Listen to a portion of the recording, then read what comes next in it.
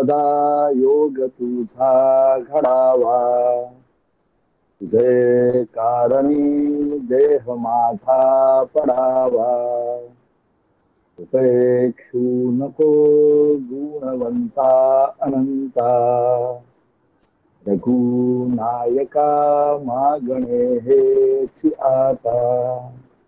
श्रीराम सद्गुरु श्री समर्थ रामदास स्वामी महाराज की जय. महारुद्र हनुमान की जय. सब संतन की जय. जय जय रघुवीर समर्थ. साधना विचार अभ्यास वर्गाच्या आजच्या सत्रामध्ये मी सर्वांचं स्वागत करतो. आपण मागच्या सत्रामध्ये पाहिलंच होतं की हा जो वर्ग आहे, हा जो ग्रंथ आहे परमार्थ विज्ञान, त्याचा जो अभ्यास आपण करत आहोत तो पारमार्थिक करमणूक करण्याकरता करत नसून आपला उद्देश स्वच्छ आणि स्पष्ट आहे. पारमार्थिक या संकल्पनांनी समजून घेणं आणि समजून उमजून वाटचाल करणं, यासाठी आपण हा अभ्यास करत आहोत. खूप छान प्रमोद दादांनी मागच्या वेळी आपल्याला हे उद्दिष्ट अगदी स्वच्छ केलं होतं.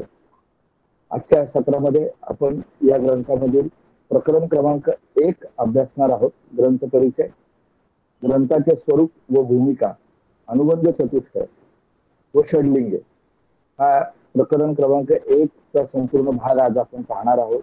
तसेच परमार्थाचा अधिकारी या दुसऱ्या प्रकरणाला जे सुरुवात करणार आहोत साधन चतुष्टयाच्या माध्यमातून.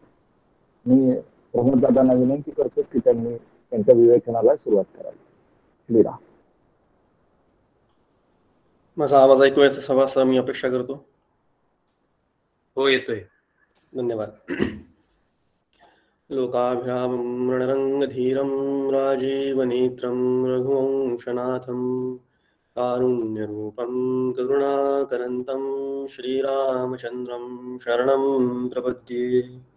गुरुर्ब्रह्मा गुरुर्विष्णु गुरुर्देवो महेश्वरः, गुरु साक्षात् परब्रह्म तस्मै श्री गुरवे नमः.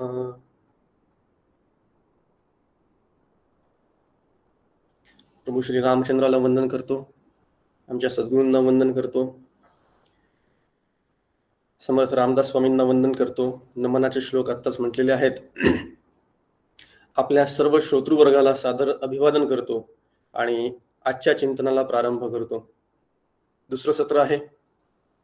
मागच्या वेळेला आपण थोडंसं प्रास्ताविक बघितलं होतं आणि या ग्रंथाचा अभ्यास कशा करायचा, कसा करायचा याच्याबद्दल थोडीशी चिकित्सा केली होती, चिंतन केलं होतं. आपण बघितलं होतं की जीव जगात जिकिरीने जीवन जगतो हा आपल्या सगळ्यांचा अनुभव आहे. जीव जगात जिकिरीने जीवन जगतो हा आपल्या सगळ्यांचा अनुभव आहे. तिथले जिकीर बदलायची फक्त आणि जीव जगात आनंदाने जीवन जगतो असं करायचं. जिकिरीपासून तर आनंदापर्यंतचा हा जो सुखरूपत्वाचा जो प्रवास आहे, या प्रवासाला साधना म्हणतात. आणि हे कसं करायचं हे आपल्याला परमार्थ विज्ञान हा ग्रंथ आपल्याला शिकवतो. परमार्थ शास्त्राचं मुख्य ध्येय जर का काय बघायचं असेल तर आमचे डॉक्टर काका सांगतात, सुखरूप व्हायचं, सुखाने जगायचं आणि सुखाने हा देह सोडून द्यायचा. हे मुख्य गोल आहे आपलं, हे मुख्य ध्येय आहे. आणि ते ध्येय गाठण्याकरता म्हणून शास्त्रांचा थोडाफार अभ्यास आपल्याला करावा लागतो. शास्त्रांचा थोडाफार संस्कार आपल्याला होणं अपेक्षित आहे. आणि परमार्थ हे जे शास्त्र आहे हे अतिशय सुंदर शास्त्र आहे. त्याच्यामध्ये काही कोणी ऍड करावं असं काही त्या शास्त्रात आता राहिलेलं नाही. आजपर्यंतच्या अनेक महंतांनी, अनेक संतांनी कित्येक हजारो वर्षांपासून या शास्त्रग्रंथांमध्ये अशा प्रकारची भर घालून या शास्त्रग्रंथामधला शास्त्रांना परिपूर्ण जी शास्त्र म्हणावं तसं करून ठेवलेलं आहे आपल्याकरता. ते एक विज्ञान आहे. आणि हे विज्ञान जर का आपल्याला शिकायचं असेल, आपल्याला आपल्या अंगवळणी अंगभूत करायचं असेल तर त्याला थोडीफार मेहनत लागते, कष्ट लागतात. कारण शेवटी ते एक विज्ञान आहे. आणि आपण मागच्या वेळेला बघितलं की 2-4 दिवसात होणारा असा काही इथे नाही की 1 वर्ष आपण अभ्यास केला आणि झालं आता मुक्त झालं, असं इथे नक्कीच नाही. ज्या पद्धतीने कुठलंही शास्त्र शिकण्याकरता काल द्यावा लागतो, वेळ द्यावा लागतो. उदाहरणार्थ संगीताचा अभ्यास जे लोक करतात, काही लोक संगीताकरता खूप कष्ट करतात, खूप अभ्यास करतात. मला सांगा 2 वर्षामध्ये संगीताचा अभ्यास होतो का हो कधी? काही म्हणा तुम्ही, गाणं म्हणा किंवा वाद्यवादन म्हणा किंवा नृत्य म्हणा, काही असो, गायन वादन किंवा नृत्य, तीनपैकी काहीही असो, संगीताचा अभ्यास करण्याकरता कालावधी घ्यावा लागतो, अनेक वर्ष त्याच्यामध्ये मेहनत करावी लागते. कुठलाही खेळ बघा, त्याच्यामध्ये सुद्धा मेहनत करावी लागते. असं पटकन काही होत नसतं. तसंच इथे सुद्धा आहे, पटकन काही होत नसतं इथे. आणि म्हणून जितक्या लवकर आपण या परमार्थ प्रांतामध्ये जाऊ, उतरू, जितक्या लवकर इथे आपण आपली स्वतःची गुंतवणूक करू, तितकं आपल्याला पुढे पुढे त्याचं फळ जास्त मिळेल.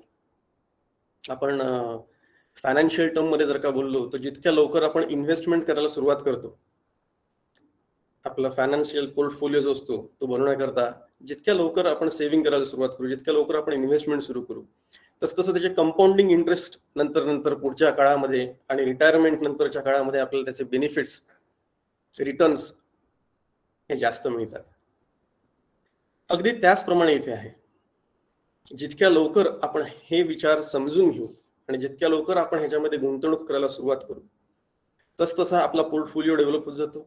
म्हणजे पुण्याचा संशय होत जातो असं म्हणूया, किंवा पारमार्थिक ज्ञान जे आहे आपल्याला ते सुरू होतं.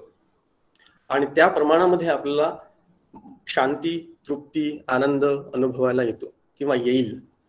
असं हे परमार्थशास्त्र, त्याचा आपण अभ्यास करत आहोत. आणि परमार्थ विज्ञान या ग्रंथाच्या द्वारे आपण तो करत आहोत.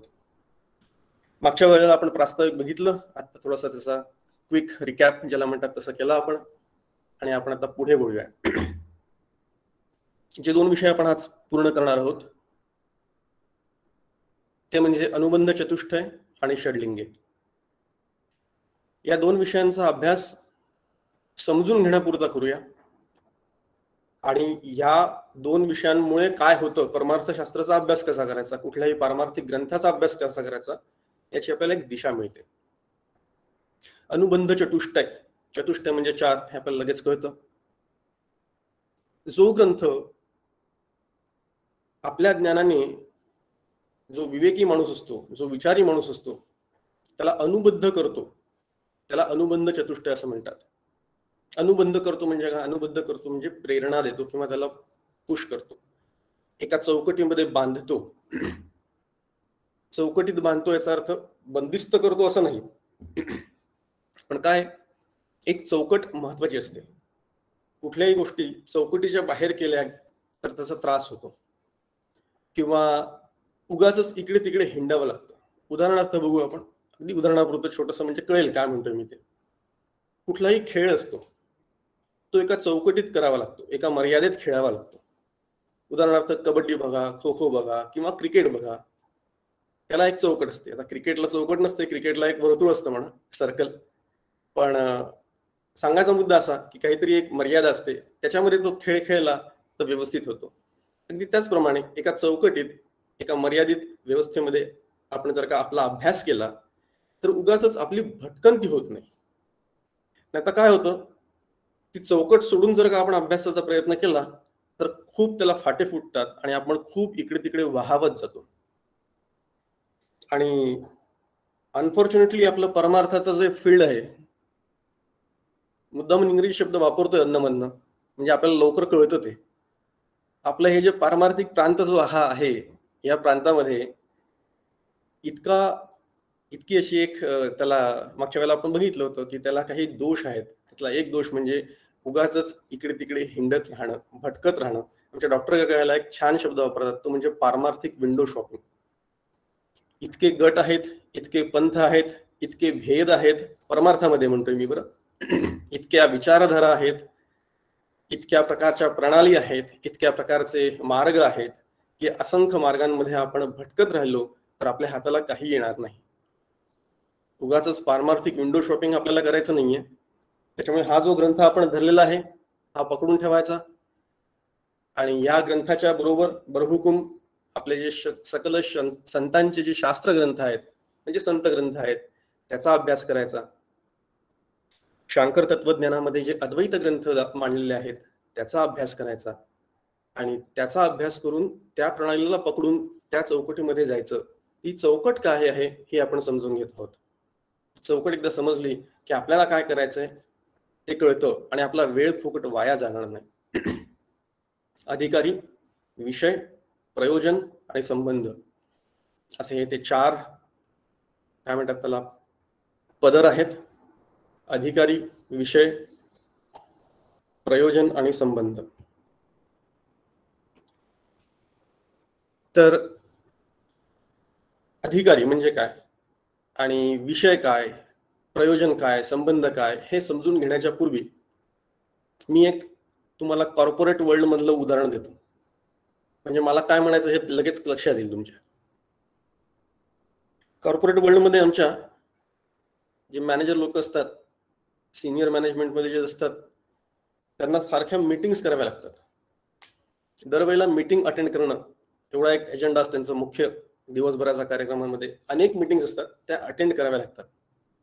आता ही जी मीटिंग असते ना, ही मीटिंग कोणी अटेंड करायची, त्या मीटिंगमध्ये कोण कोण हवं, त्या मीटिंगचा काय हेतू असावा, त्या मीटिंगचा अजेंडा काय असावा हे आधी ठरवावं लागतं आणि त्याप्रमाणे त्या मीटिंग करता त्या लोकांना बोलवावं लागतं. सगळ्या लोकांना कंपनीमधल्या मीटिंग्सला बोलवणं शक्य नाही आणि होत नाही. तशा मीटिंग असतात कधीतरी, त्याला ऑल हँड्स म्हणतात. ऑल हँड्स मीटिंग असते एक कॉर्पोरेट वर्ल्डमध्ये. पण ज्या साध्या रोजच्या ज्या मीटिंग्स असतात त्याच्यामध्ये काही सिलेक्टेड लोकांना बोलवावं लागतं. त्याच्यानंतर त्याचा अजेंडा आधी तयार करून ठेवावा लागतो. त्याच्यानंतर त्याचा हेतू काय आहे, त्या मीटिंगचं पर्पज काय आहे ते पण स्टेट करावं लागतं आणि त्याच्यानंतर त्या मीटिंग प्रमाणे त्याच्या मीटिंगच्या नोट्स निघतात आणि त्या नोट्स नंतर त्याप्रमाणे ऍक्शन केली जाते. अगदी त्याप्रमाणे आता मी काय म्हणतोय हे पुढचे हे एक जर का उदाहरण तुम्ही लक्षात ठेवलं तर पुढचं काय डिस्कशन होणार आहे त्याच्यावरून आपल्याला अंदाज येईल. ग्रंथाचा अधिकारी कोण असावा हे अधिकारीमध्ये सांगितलेलं आहे. तो अधिकार कसा मिळवायचा वगैरे त्याचा विचार आपण करणार आहोत पुढे. अधिकार संपन्नता कशी यावी वगैरे तो विचार करायचाच आहे. पण अधिकारी असावा.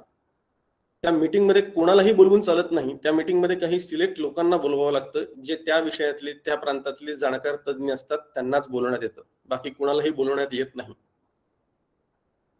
त्या पद्धतीप्रमाणे हा ग्रंथाचा जो अभ्यास आहे, हा ग्रंथ म्हणा किंवा कुठलाही पारमार्थिक ग्रंथ म्हणा, त्याच्यामध्ये जे हे चतुष्टय सांगितलेलं आहे, जे चौकट आपण मांडतो आहोत, त्याच्यात जो अधिकारी आहे तो अधिकारी लागतो. तो अधिकारी कसा असावा त्याच्याबद्दलची जी माहिती ती त्या ग्रंथामध्येच सांगितलेली असते आणि सांगणं असं अपेक्षितही असतं. पारमार्थिक ग्रंथांमध्ये असं सांगणं अपेक्षित असतं आणि सांगितली असेल किंवा नसेल तरी ती आपल्याला शोधता आली पाहिजे, ती आपल्याला चौकट आपल्यापुरती आखून घेता आली पाहिजे. त्या ग्रंथाचा अधिकारी कोण असावा, कसा असावा याबद्दलचा विचार हे अधिकारीमध्ये येते.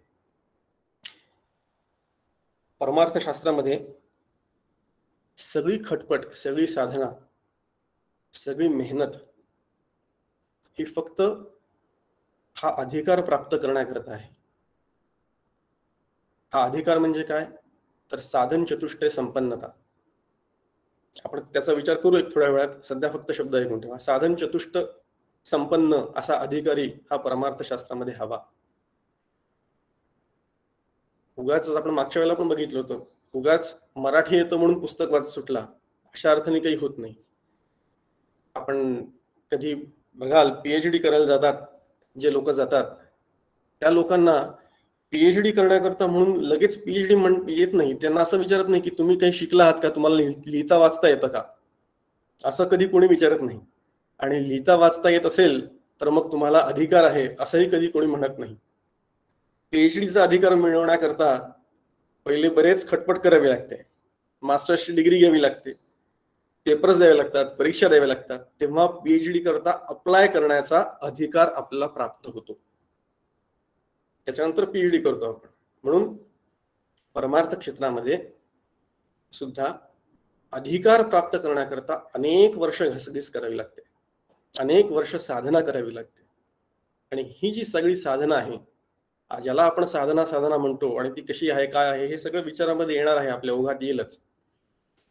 परमार्थशास्त्रामध्ये अधिकार संपन्नता येण्याकरता म्हणून बराच प्रदीर्घ कालखंड जो द्यावा लागतो साधनेचा, तो अधिकार प्राप्ती करता जातो. आपण खरंच अधिकारी आहोत का हे आपण त्या साधन चतुष्टय संपन्नचा जेव्हा विचार करू तेव्हा तिथे येऊ, त्यावेळेला विचार करू. पण या ग्रंथाचा अधिकारी कोण, परमार्थशास्त्राचा अधिकारी कोण, हे ते ग्रंथच सांगतात. मुख्यतः आपण मागच्याही वेळेला बघितलं पहिल्या सत्रामध्ये की परमार्थ ग्रंथाचा अभ्यास करण्याचा अधिकार नरदेहात आलेल्या समस्त सकल मानव जातीला आहे. सगळ्यांना अधिकार आहे परमार्थाचा. पण कुठलाही शास्त्र ग्रंथ घेऊन हातात धरून वाच म्हटलं तर ते कोणालाही झेपणार नाही, कारण कळणार नाही, कारण आपली बुद्धी तेवढी परिपक्व झालेली नसते, कारण आपली बुद्धी तेवढी एकाग्र झालेली नसते. म्हणून बुद्धी परिपक्व करण्याकरता, बुद्धी एकाग्र करण्याकरता अनेक प्रकारच्या साधना आपल्याला कराव्या लागतात. पण याचा अर्थ असा नाही की मला अधिकार नाही. एकदा रमण महर्षींना एका शिष्याने प्रश्न विचारला. कमी शिकलेला होता, साधा होता. तो म्हणाला, महाराज मी परमार्थशास्त्राचा अधिकारी आहे का हो? त्याला असा प्रश्न पडला की आपल्याला अधिकार कदाचित नसेल, आपण कमी शिकलेलो आहो, आपल्याला काही जमतंय की नाही, काय मी परमार्थाचा अधिकारी आहे का, असा त्यांनी प्रश्न विचारला. रमण महर्षींनी उत्तर दिलं त्याला की तू मी म्हणालास ना, ज्या अर्थी तू मी म्हणालास त्या अर्थी तू परमार्थशास्त्राचा अधिकारी आहे. का बरं?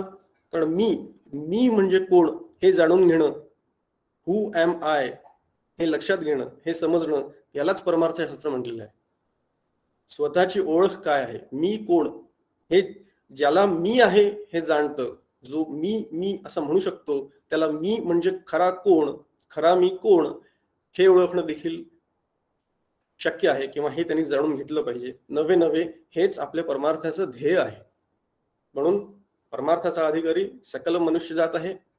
फक्त तो अधिकार एका स्तरावरनं दुसऱ्या स्तरावर वाढवत न्यावा लागतो.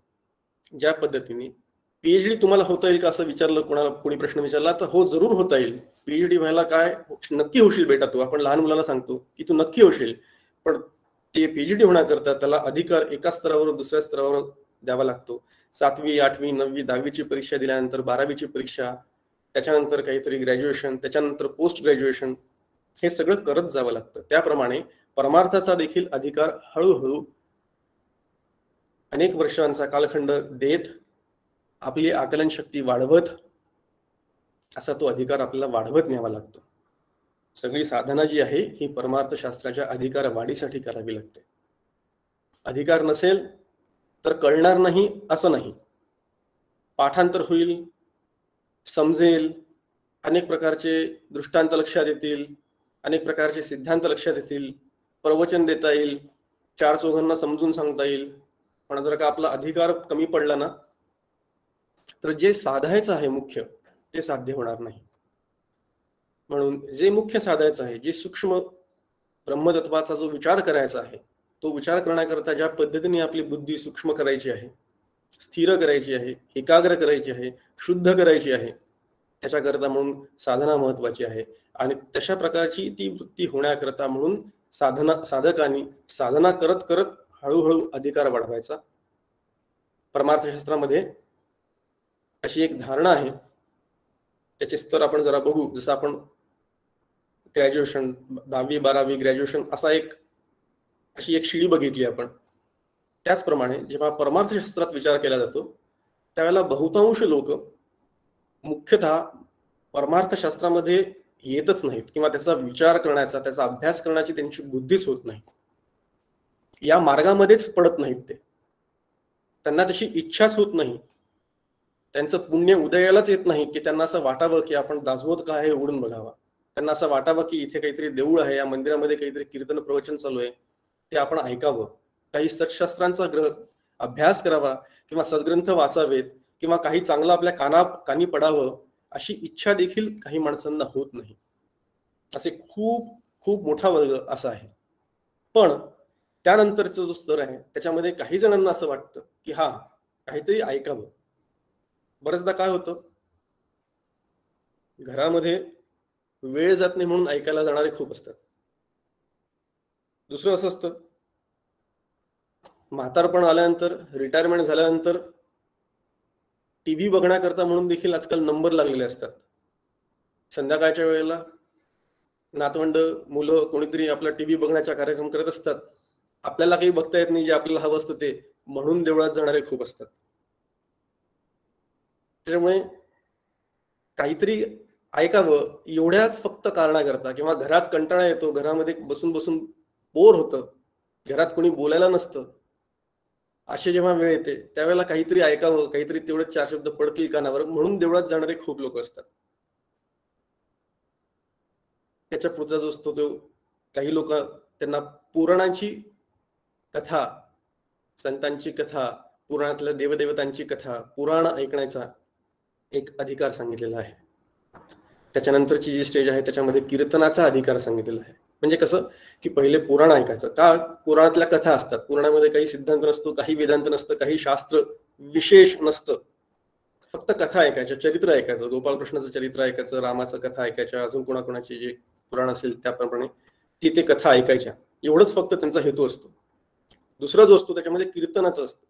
कीर्तनामध्ये कसं थोडंसं नाट्य असतं, थोडंसं संगीत असतं, आलाप ताना, तबला पेटी, आता कसं रंग जमल्यासारखं वाटतं, एकदम मस्त छान जयघोष असतो, सगळेजण मिळून टाळ्या वाजवतात, झांज, टिपऱ्या, काहीतरी खेळ असतात, खेळतात तिथे. काल्याचं कीर्तन आठवा म्हणजे कळेल, प्रसाद मिळतो खायला मध्ये मध्ये, बुवा हसून सोडतात गोष्टी सांगताना. पण कीर्तनामध्ये पण पूर्वरंग आणि उत्तरंग असतो, थोडा बहुत सिद्धांत शास्त्र हे कीर्तनामध्ये सांगितलं जातं. म्हणून दुसरी स्टेप जी आहे ती कीर्तनाची आहे. पहिली बघितली आपण पुराण कथा, दुसरी आहे कीर्तन, तिसरं आहे प्रवचनांची.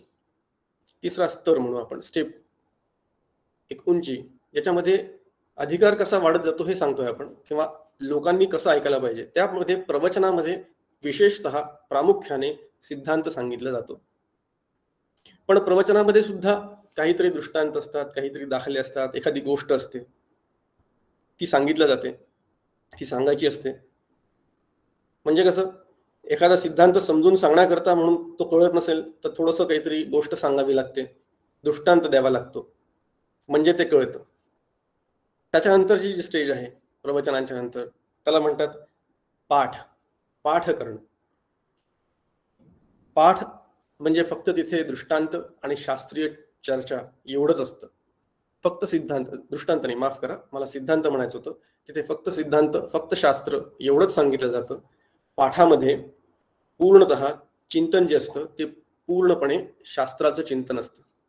त्याच्यामध्ये दृष्टांत सुद्धा नसतात, त्याच्यामध्ये गोष्ट सुद्धा नसते, त्याच्यामध्ये दाखले सुद्धा नसतात, फक्त शास्त्र काय असतं ते. अशा प्रकारे परमार्थशास्त्रात सुद्धा आपण एक स्टेजेस बघितल्या कशा प्रकारे असतात त्या. थोडक्यात काय, परत समराईज करू. अधिकारी म्हणजे परमार्थशास्त्राचा अभ्यास करण्याकरता म्हणून जो एक अधिकार आपल्याला प्राप्त व्हावा लागतो, तो प्राप्त आपण करून घ्यावा लागतो. तो अधिकार कसा असावा, काय पद्धतीने असावा, हे जे सांगतं त्याला अधिकारी असं म्हणतात. अनुबंध चतुष्टयामध्ये पहिली जी गोष्ट सांगितली आहे ती ही अधिकाराची सांगितली आहे. अधिकारी कोण आणि तो कसा असावा हे आपल्याला कळलं पाहिजे. कुठलाही ग्रंथ उचलून आपण वाचला, कोणीतरी दिला घरी आपल्याला आणून दिला म्हणून वाचला, असं करण्यात काही अर्थ नाही. म्हणजे डॉक्टर काका गोष्ट सांगतात की आपला जर का कोणी दुश्मन असेल, त्याला काही आपल्याला डिचवायचं असेल, तर त्याला एखादा परमार्थशास्त्रातला अत्यंत गंभीर ग्रंथ असा नेऊन त्याला भेट म्हणून द्यावा. किंवा जे परमार्थ मार्गाला जे लागलेले असतात ना, लोकांना कळतं की आता हे तिकडचे झाले, त्यांनी ट्रॅक बदललाय त्यांचा, असं जेव्हा कळतं त्यावेळेला त्याला ते मुद्दाम सगळे तसेच ग्रंथ आणून देतात लोक. ते सगळे ग्रंथ लोकांनी दिले कारण काय, नाही हो माझ्या ओळखीच्यांनी यांनी गीतेवर एक पुस्तक लिहिलंय, ते आम्हाला त्यांनी दिलं होतं, आमच्याकडे तर कोणी काही वाचत नाही ते पुस्तक, तुम्ही गीतेचा अभ्यास करता असं आम्हाला कळलं म्हणून हे गीतेचं पुस्तक आम्ही तुम्हाला देतोय, असं म्हणून खूप सगळी पुस्तकं आपल्याकडे गोळा होतात. कारण त्यांना माहित असतं की आपण परमार्थशास्त्राचा अभ्यास करायला लागलेलो आहोत. असं म्हणून मग कोणी गीतेचं पुस्तक देतो, अजून कोणी कशाचं पुस्तक देतं, अशी 4-5-50 पुस्तकं आपल्याकडे उगाचच जमा होतात आणि मग आपण ती सगळी वाचून काढायची असं काही नसतं. ठराविक पुस्तकं ठराविक पद्धतीने वाचावी, उगाच जे कोणी काही देतंय म्हणून वाचत बसावं असा नसतो. असो, आपण पुढे जाऊया. अधिकार आपण बघितला. दुसरा आहे अनुबंध चतुष्टयातली दुसरी चौकट आहे ती म्हणजे विषय. विषय म्हणजे काय, प्रतिपाद्य विषय काय आहे ते, मुख्य प्रतिपाद्य विषय काय आहे त्या ग्रंथाचा हे कळणं हे महत्वाचं असतं. आपण मगाशी बघितलं कॉर्पोरेट मीटिंगचं उदाहरण दिलं होतं मी. त्याच्यामध्ये प्रतिपाद्य जो विषय किंवा जे आपल्याला करायचं आहे त्या मीटिंगचं जे पर्पज आहे ते जर का नीट साध्य झालं नाही तर ती मीटिंग वाया गेली असं म्हणतात. आणि अशा आपल्या खूप सगळ्या मीटिंग्स वाया जातात, कारण नुसतंच डिस्कशन डिस्कशन डिस्कशन होतं, काहीतरी चर्चा होते पण डिसिजन होत नाही. डिस्कशन होतं पण डिसिजन होत नाही, चर्चा होते पण निर्णय निघत नाही. कारण का, विषय काय आहे हे कळलेलं नसतं, हेतू काय आहे, प्रयोजन काय आहे हे कळलेलं नसतं. म्हणून विषय आणि प्रयोजन हे दोन्ही हातात हात घालून जातात. ते कसे, तर विषय म्हणजे काय अभ्यास करायचा आहे, काय सांगितलं आहे याच्यामध्ये हे कळणं. परमार्थशास्त्रामध्ये मुख्यतः जो विषय मांडलेला असतो तो विषय 5 विषयांच्या भोवती फिरतो. मागच्या वेळेला आपण बघितलं होतं 5 विषय कुठले आहेत ते. जीव म्हणजे काय, जगत म्हणजे काय, ईश्वर म्हणजे काय, ब्रह्म म्हणजे काय आणि माया म्हणजे काय.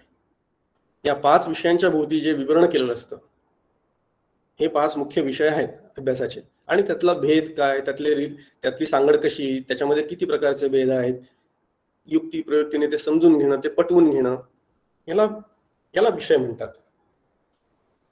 विषय जो असतो तो विषय देखील संत ग्रंथ किंवा अध्यात्म ग्रंथ आधीच प्रतिपादन करतात आणि ते दिलेलं असतं. सगळ्या पारमार्थिक शास्त्रांचा ग्रंथांचा विषय हा एकच असतो की ईश्वराला ओळखायचं, ब्रह्मतत्वाला ओळखायचं किंवा जीव म्हणजे मी, माझं स्वरूप काय आहे हे ओळखायचं. अशा पद्धतीने जी मांडणी असते त्याला विषय असं म्हटलं जातं. उदाहरणार्थ जर का बघायचं झालं तर विषयामध्ये निश्चय करणं हे अभिप्रेत असतं. आणि मागच्या वेळेला आपण बघितलं होतं व्यर्थ संशयाचे व्रत, व्यर्थ संशयाचा परमार्थ, व्यर्थ संशयाचे तीर्थ, निश्चय वीण असं समर्थांनी म्हटलं होतं. आणि समर्थच त्यांच्या पहिल्याच समासामध्ये सांगतात दासबोधामध्ये निश्चय करायचा. कशाचा निश्चय करायचा आहे, तर विषयाचं प्रतिपादन समर्थांनीच केलेलं आहे. मुख्य देवाचा निश्चय, मुख्य भक्ताचा निश्चय, जीव शिवाचा निश्चय बोलीला असेल. विषय मांडणं नाही, बघा कसं सांगितलंय समर्थांनी. मुख्य विषय काय आहे त्यांनी पहिल्याच समासामध्ये सांगून ठेवलेला आहे. जीवा शिवाचा निश्चय बोलीला असेल, हा विषय आहे. हे समजून घेणं महत्वाचं आहे. म्हणून एखाद्या ग्रंथाचा जेव्हा अभ्यास करतो तेव्हा अनुबंध चतुष्टयामध्ये अधिकारी कोण, विषय काय आहे हे कळणं म्हणजे आपलं 2 कामं झाली. आता तिसरं आहे हेतू किंवा पर्पज. हा जो विषय आहे हा कशा करता मांडलेला आहे, त्याचं कारण काय आहे.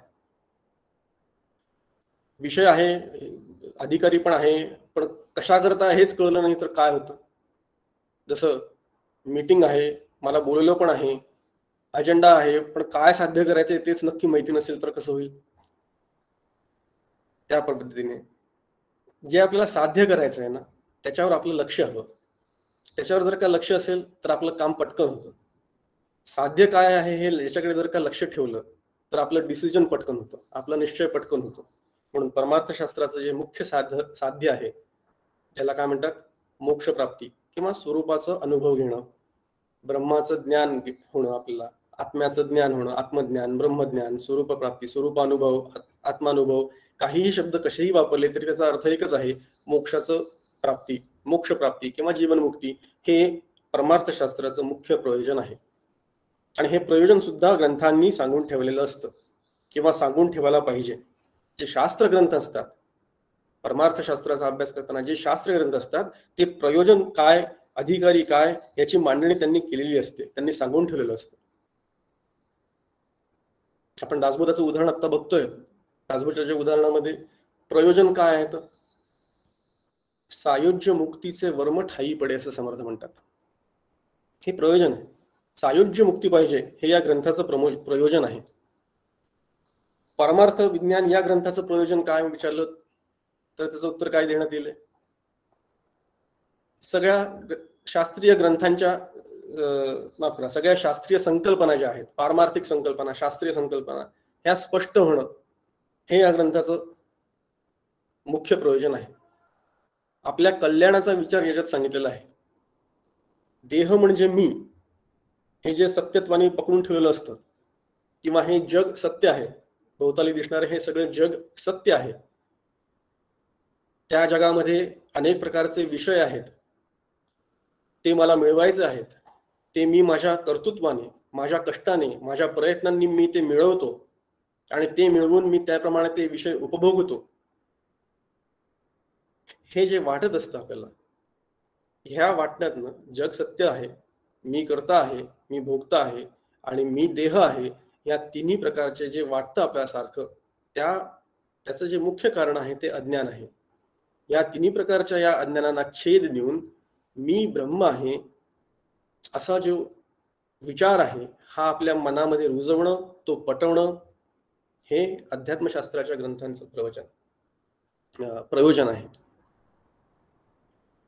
ग्रंथ वाचनाने शास्त्र संस्कार होतो आपल्यावर. ग्रंथ का वाचायचे? कारण त्याने शास्त्राचा संस्कार आपल्यावर होतो. तो जो शास्त्र संस्कार आपल्यावर होतो तो मर्यादित असतो. जसं एखादं पुस्तक तुम्हाला वाचतं, ते वाचलं की कळतं आपल्याला. समजा कळलं आणि पटलं सुद्धा, कळलं आणि पटलं सुद्धा, शब्दांनी त्या ग्रंथामध्ये काय दिलं आहे हे वाचता येतं, त्याचं ज्ञान होतं, ते कळतं. त्याला परोक्ष ज्ञान असं म्हणतात. ते तितकंच असतं ते. पण आपल्याला आतमध्ये आत्मसात करणं ते जमलेलं नसतं.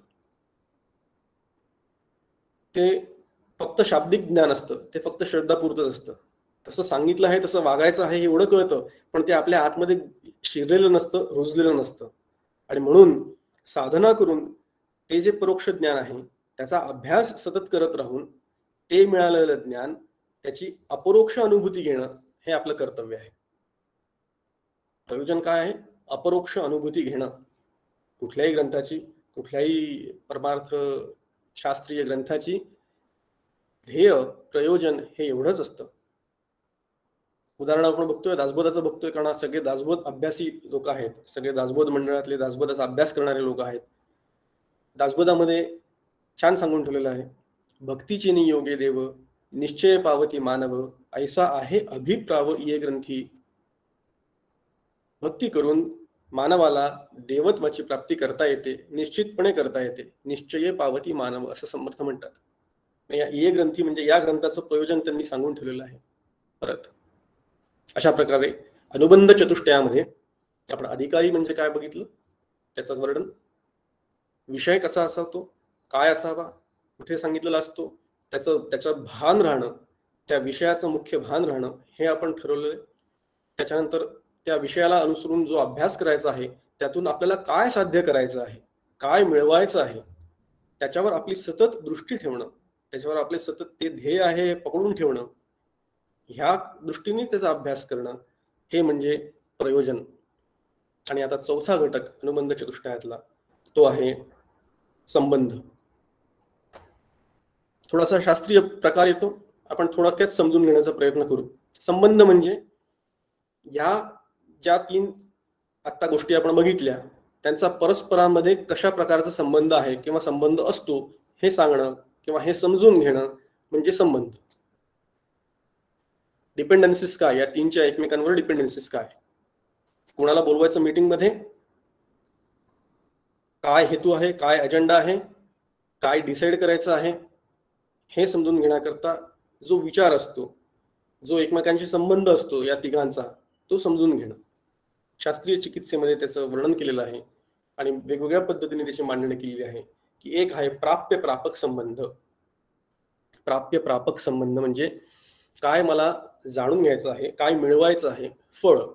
आणि प्रापक म्हणजे कोण मिळवणार आहे, फळ म्हणजे काय मिळवायचं आहे ते, आणि कोण मिळवणार आहे, प्रापक म्हणजे त्याचा अधिकारी कोण आहे. या दोघांचा संबंध जो सांगतो त्याला संबंध म्हणतात, प्राप्य प्रापक संबंध असं म्हणतात. दुसरा आहे प्रयोज्य आणि प्रयोजक संबंध. प्रयोज्य म्हणजे जो ऐकणारा आहे, जो वाचणारा आहे, धर्मग्रंथ शास्त्रग्रंथ जो वाचणारा आहे, ऐकणारा आहे, तो प्रयोज्य असतो. आणि प्रयोजक म्हणजे जो सांगणारा आहे, त्यातला संबंध काय ते कळतं. दुसरा आहे अजून प्रतिपादक आणि प्रतिपाद्य, म्हणजे विषय आणि जो सांगणार आहे, प्रतिपादक जो आहे, त्यांच्यातला संबंध. विषय आणि जो जे सांगतोय ते, उदाहरणार्थ भगवद्गीतेचं वर्णन केलं, विचार केला, तर प्रतिपादक कोण आहे? भगवान श्रीकृष्ण आहेत. भगवान उवाच असं म्हटलेलं आहे प्रत्येक वेळेला. आणि प्रतिपाद्य विषय काय आहे? तर भगवद्गीता आहे. त्याच्यामध्ये त्यांनी श्रीकृष्णांनी भगवद्गीतेमध्ये अर्जुनाला केलेला उपदेश, ज्ञान, भक्ती यांचा जो उपदेश केला आहे त्याला प्रतिपाद्य असं म्हटलेलं आहे. प्रतिपादक आणि प्रतिपाद्य. आणि जर का आपण आपला विचाराचा चाललोय दासबोधाचा, तर दासबोधामध्ये जर का विचार केला तर दासबोधामध्ये देखील विषय आणि संबंध कसे आहेत ते सांगितलेलं आहे. ग्रंथानाम दासबोध, गुरु शिष्यांचा संवाद, येथ बोलिला विशद भक्ती मार्ग.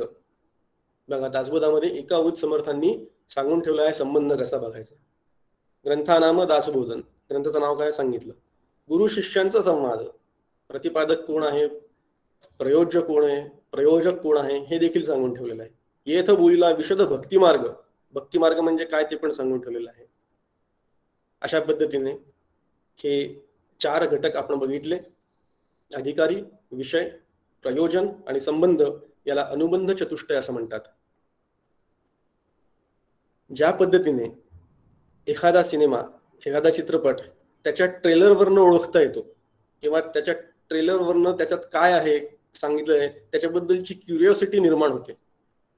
आपण ट्रेलर्स येत असतात बघा, सिनेमाचे येण्याच्या आधी ट्रेलर्स काढतात ते, आणि आपण ते ट्रेलर बघितले की आपल्याला त्याच्यामध्ये क्युरिओसिटी होते, आपल्याला त्याच्यात उत्सुकता होते, जिज्ञासा निर्माण होते. अरे काय आहे, कशा करताय, काय असेल याच्यात दिलेलं, काय बघायला पाहिजे आपण.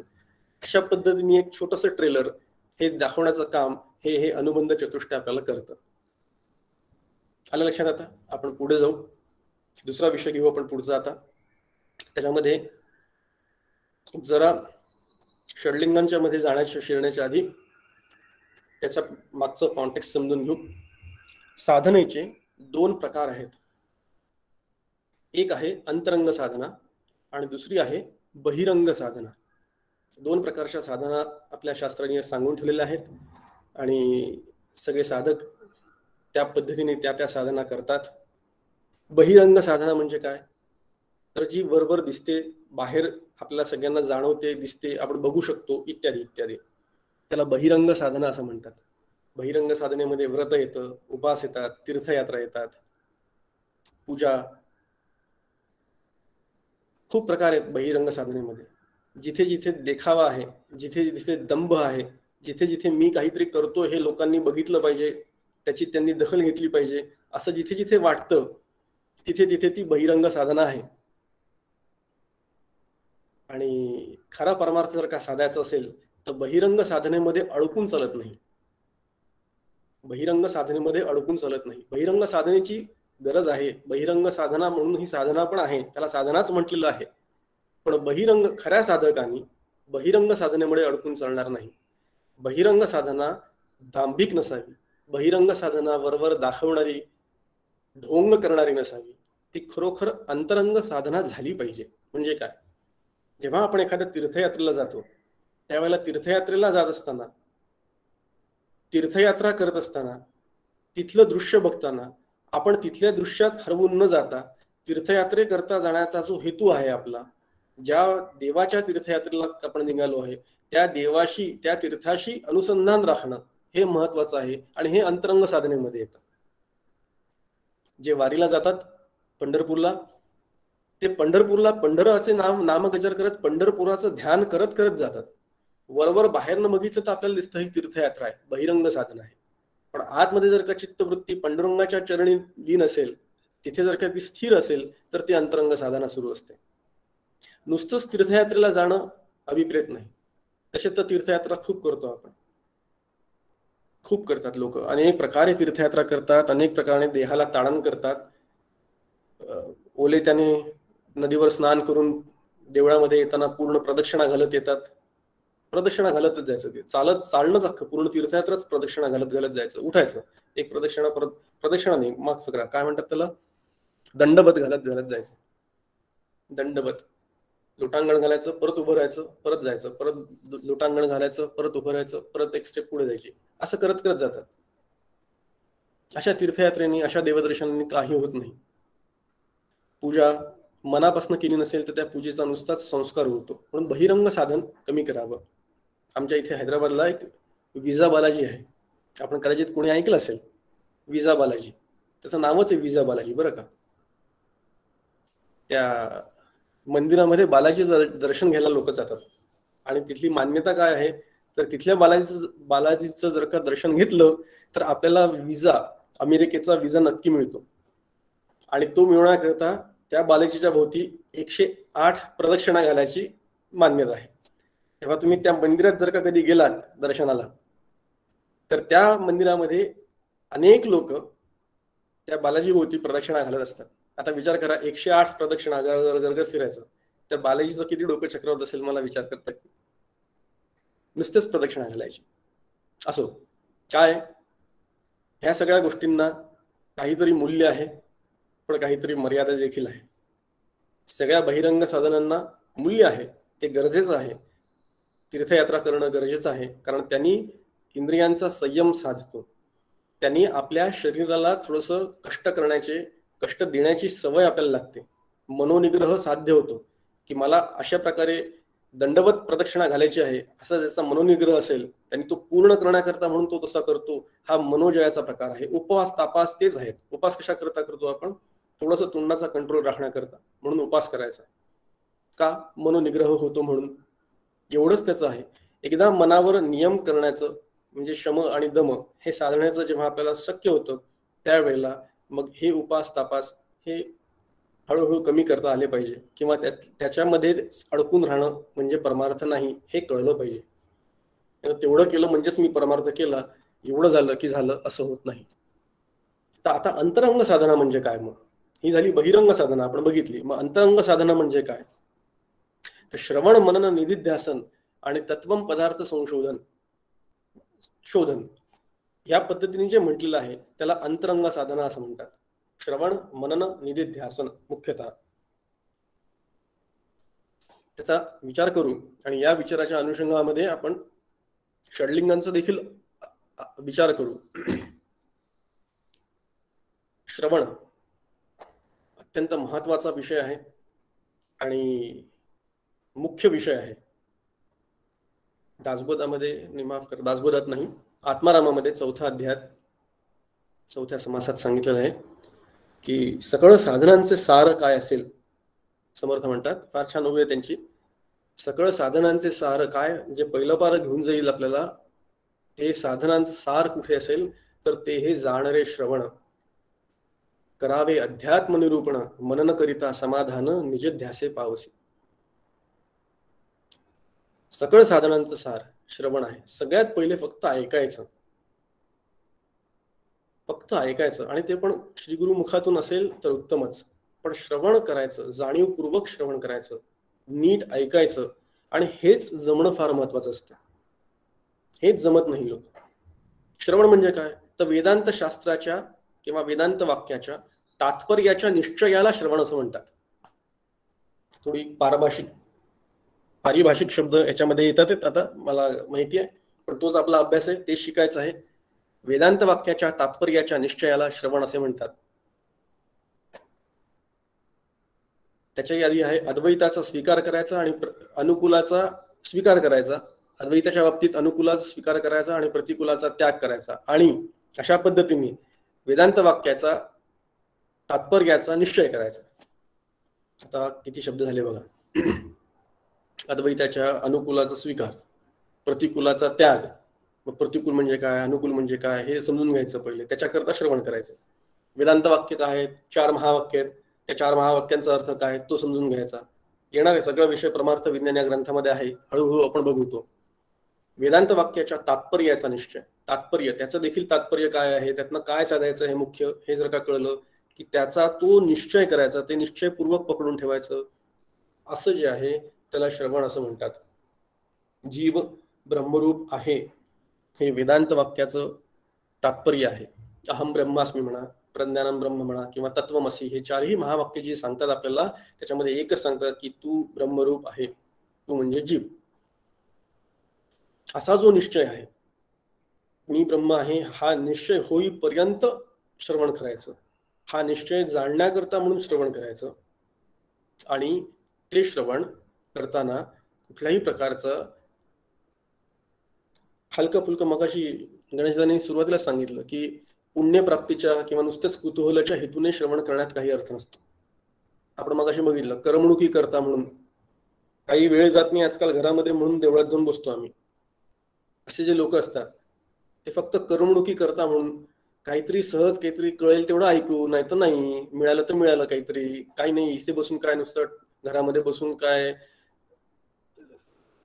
चार चौघं बोलायलाही नसतात घरामध्ये कोणी, म्हणून देवळात जाऊन बसायचं आणि देवळात जाऊन काहीतरी ऐकायचं. असं काहीतरी ऐकायचं याला श्रवण म्हणत नाही. ते काहीतरी ऐकणं असतं नुसतं, त्यांनी काही साध्य होत नाही हातामध्ये. म्हणून कुठल्याही प्रकारचा दुसरा हेतू न ठेवता मला जीव ब्रह्मैक्य काय आहे हे कळणं, हे कळण्याकरता म्हणून जो अभ्यास आहे, हे कळण्याकरता म्हणून जे श्रवण आहे त्याला श्रवण असं म्हणतात. बाकी मग सगळा तो फापट पसारा असतो. खूप लोक असतात खूप प्रकारचे ग्रंथांचा अभ्यास करताना, आणि मी इथे श्रवण याचा अर्थ फक्त ऐकणं एवढ्या अर्थाने म्हणत नाहीये. श्रवण याचा अर्थ ग्रंथाचं वाचन सुद्धा. काही वेळ जात नाही म्हणून दासबोध कडून वाचायला, असं वेळ जात नाही म्हणून दासबोध काढणं आणि वाचणं याला तितकासा अर्थ नाहीये. दासबोध समजण्याकरता आणि दासबोध काय सांगितलं आहे ते नीट माझ्या अंगी कळण्याकरता म्हणून जर का आपण दासबोध ग्रंथाचं वाचन करू किंवा पारायण करू तर त्याचं फळ जास्त आहे. पण आता दासनोमी जवळ आलेली आहे आणि आता पारायण करण्याची पद्धत आहे म्हणून घडघड वाचून नुसतं पारायण करून सोडून दिला तर त्याला ते वाचन म्हणत नाही, त्याला ते श्रवण म्हणत नाही. हा पुण्य मिळवण्याकरता म्हणून एखाद्या ग्रंथाचं पठण करणं, किंवा आता नवमी आली आहे कोणाची तरी काहीतरी ग्रंथ आहे त्याचा अभ्यास करणं, त्याचं पाठपाठांतर करणं, ते नुसतं वाचणं, त्याचं पारायण करणं, हे पुण्याच्या हेतूंनी करायचं असेल तर तो अवांतर हेतू होतो. तो अवांतर हेतू करता म्हणून आपण ग्रंथांचा अभ्यास नाही करायचा. खऱ्या साधकांनी जे परमार्थ विज्ञानाचा जे अभ्यास करतात त्यांनी ही गोष्ट नक्की लक्षात ठेवायची. बरेच अवांतर विषय असतात ग्रंथांमध्ये, खूप सगळे विषय आलेले असतात. दासबोधामध्ये देखील अनेक विषय आलेले आहेत. पण मगाशी आपण बघितलं मुख्य ज्ञानाचा विषय, जीव ब्रह्माचा निश्चय, तो मुख्य विषय आहे. तेवढ्या करता आपल्याला अभ्यास करायचा आहे. बाकी दासबोधात काही का सांगितलेलं असं नका. सगळ्या दासबोध वाचून पाठ करण्याची काही गरज नाही. त्यातनं जे मुख्य पकडायचं आहे ते.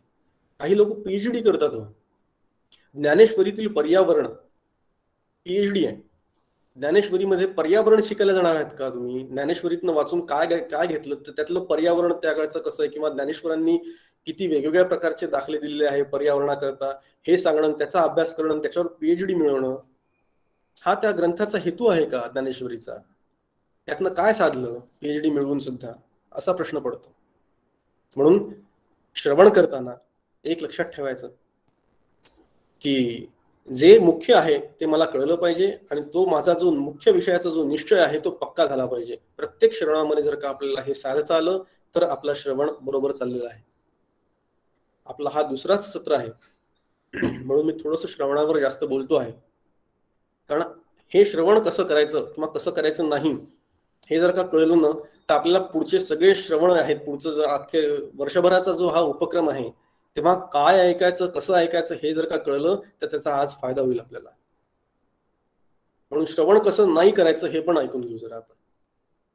श्रवण कसं नाही करायचं म्हणजे का, एक दृष्टांत बघू म्हणजे कळेल. माठ आणायचा आहे, माठ आणण्याकरता पाणी भरायचं आहे, उन्हाळ्याचे दिवस आलेत, घरातला माठ फुटला आहे, माठ नवीन आणायला पाहिजे म्हणून माठ घ्यायला गेलो आपण बाजारात, आणि माठ आणण्याकरता म्हणून कुंभाराकडे गेलो. तो कुंभार आपल्याला माठ देतो, दाखवतो.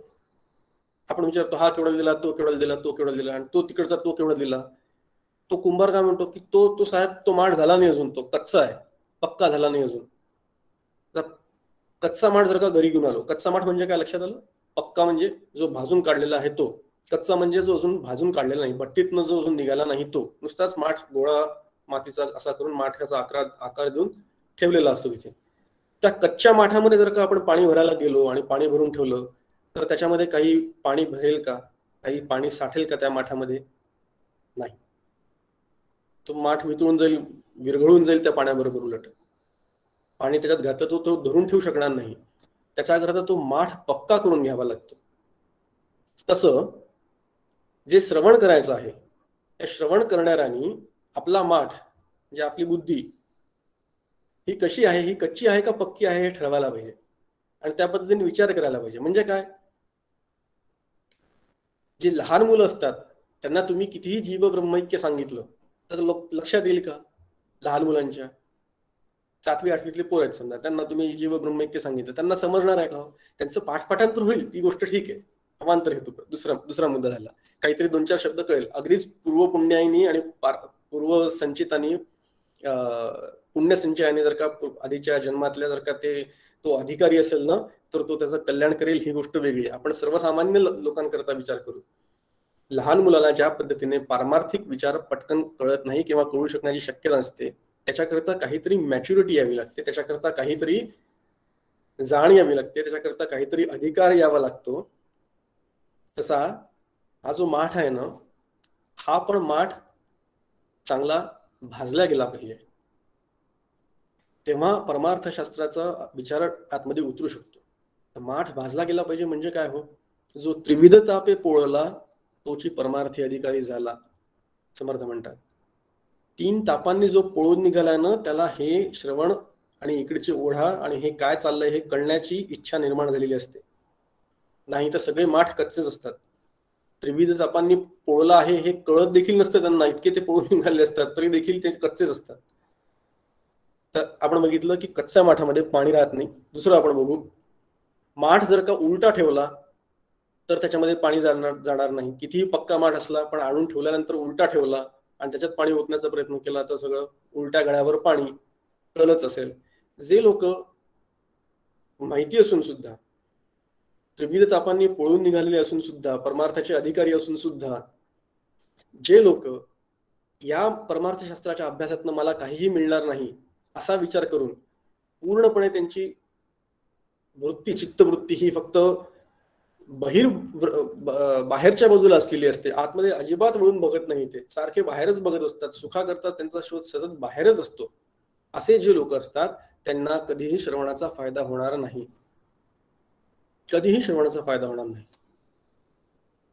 तिसरं अजून आपण बघू, ते म्हणजे गळका किंवा फुटलेला माठ. त्याच्यामध्ये पाणी साठेल का? माठ भरायचा आहे पण कुठेतरी गळला आहे, किंवा खालचा जी तोटी असते ना माठाला, ती तोटी सोडलेली आहे, किंवा तो माठ कुठेतरी फुटलेला आहे, त्याला कुठेतरी छिद्र आहे. अशा गळक्या माठामध्ये, असा गळका माठ तुम्ही विकत घ्याल का? पहिली गोष्ट म्हणजे नाही घेणार. तो जर का माठ घरी आणून ठेवला आणि त्याच्यामध्ये पाणी भरलं तर पाणी भरता येईल त्याच्यामध्ये, नाही असं नाही, तो थोडा वेळ टिकेलही पाणी त्याच्यामध्ये, पण ते आलेलं भरलेलं पाणी सगळं हळूच गळून जातं. तसं आपलं होतं बघा. आणि बरेच साधक वर्ग जे प्रवचन ऐकतात, जे आपण विचार करतो, श्रवण करतो, त्यांचं असं होतं.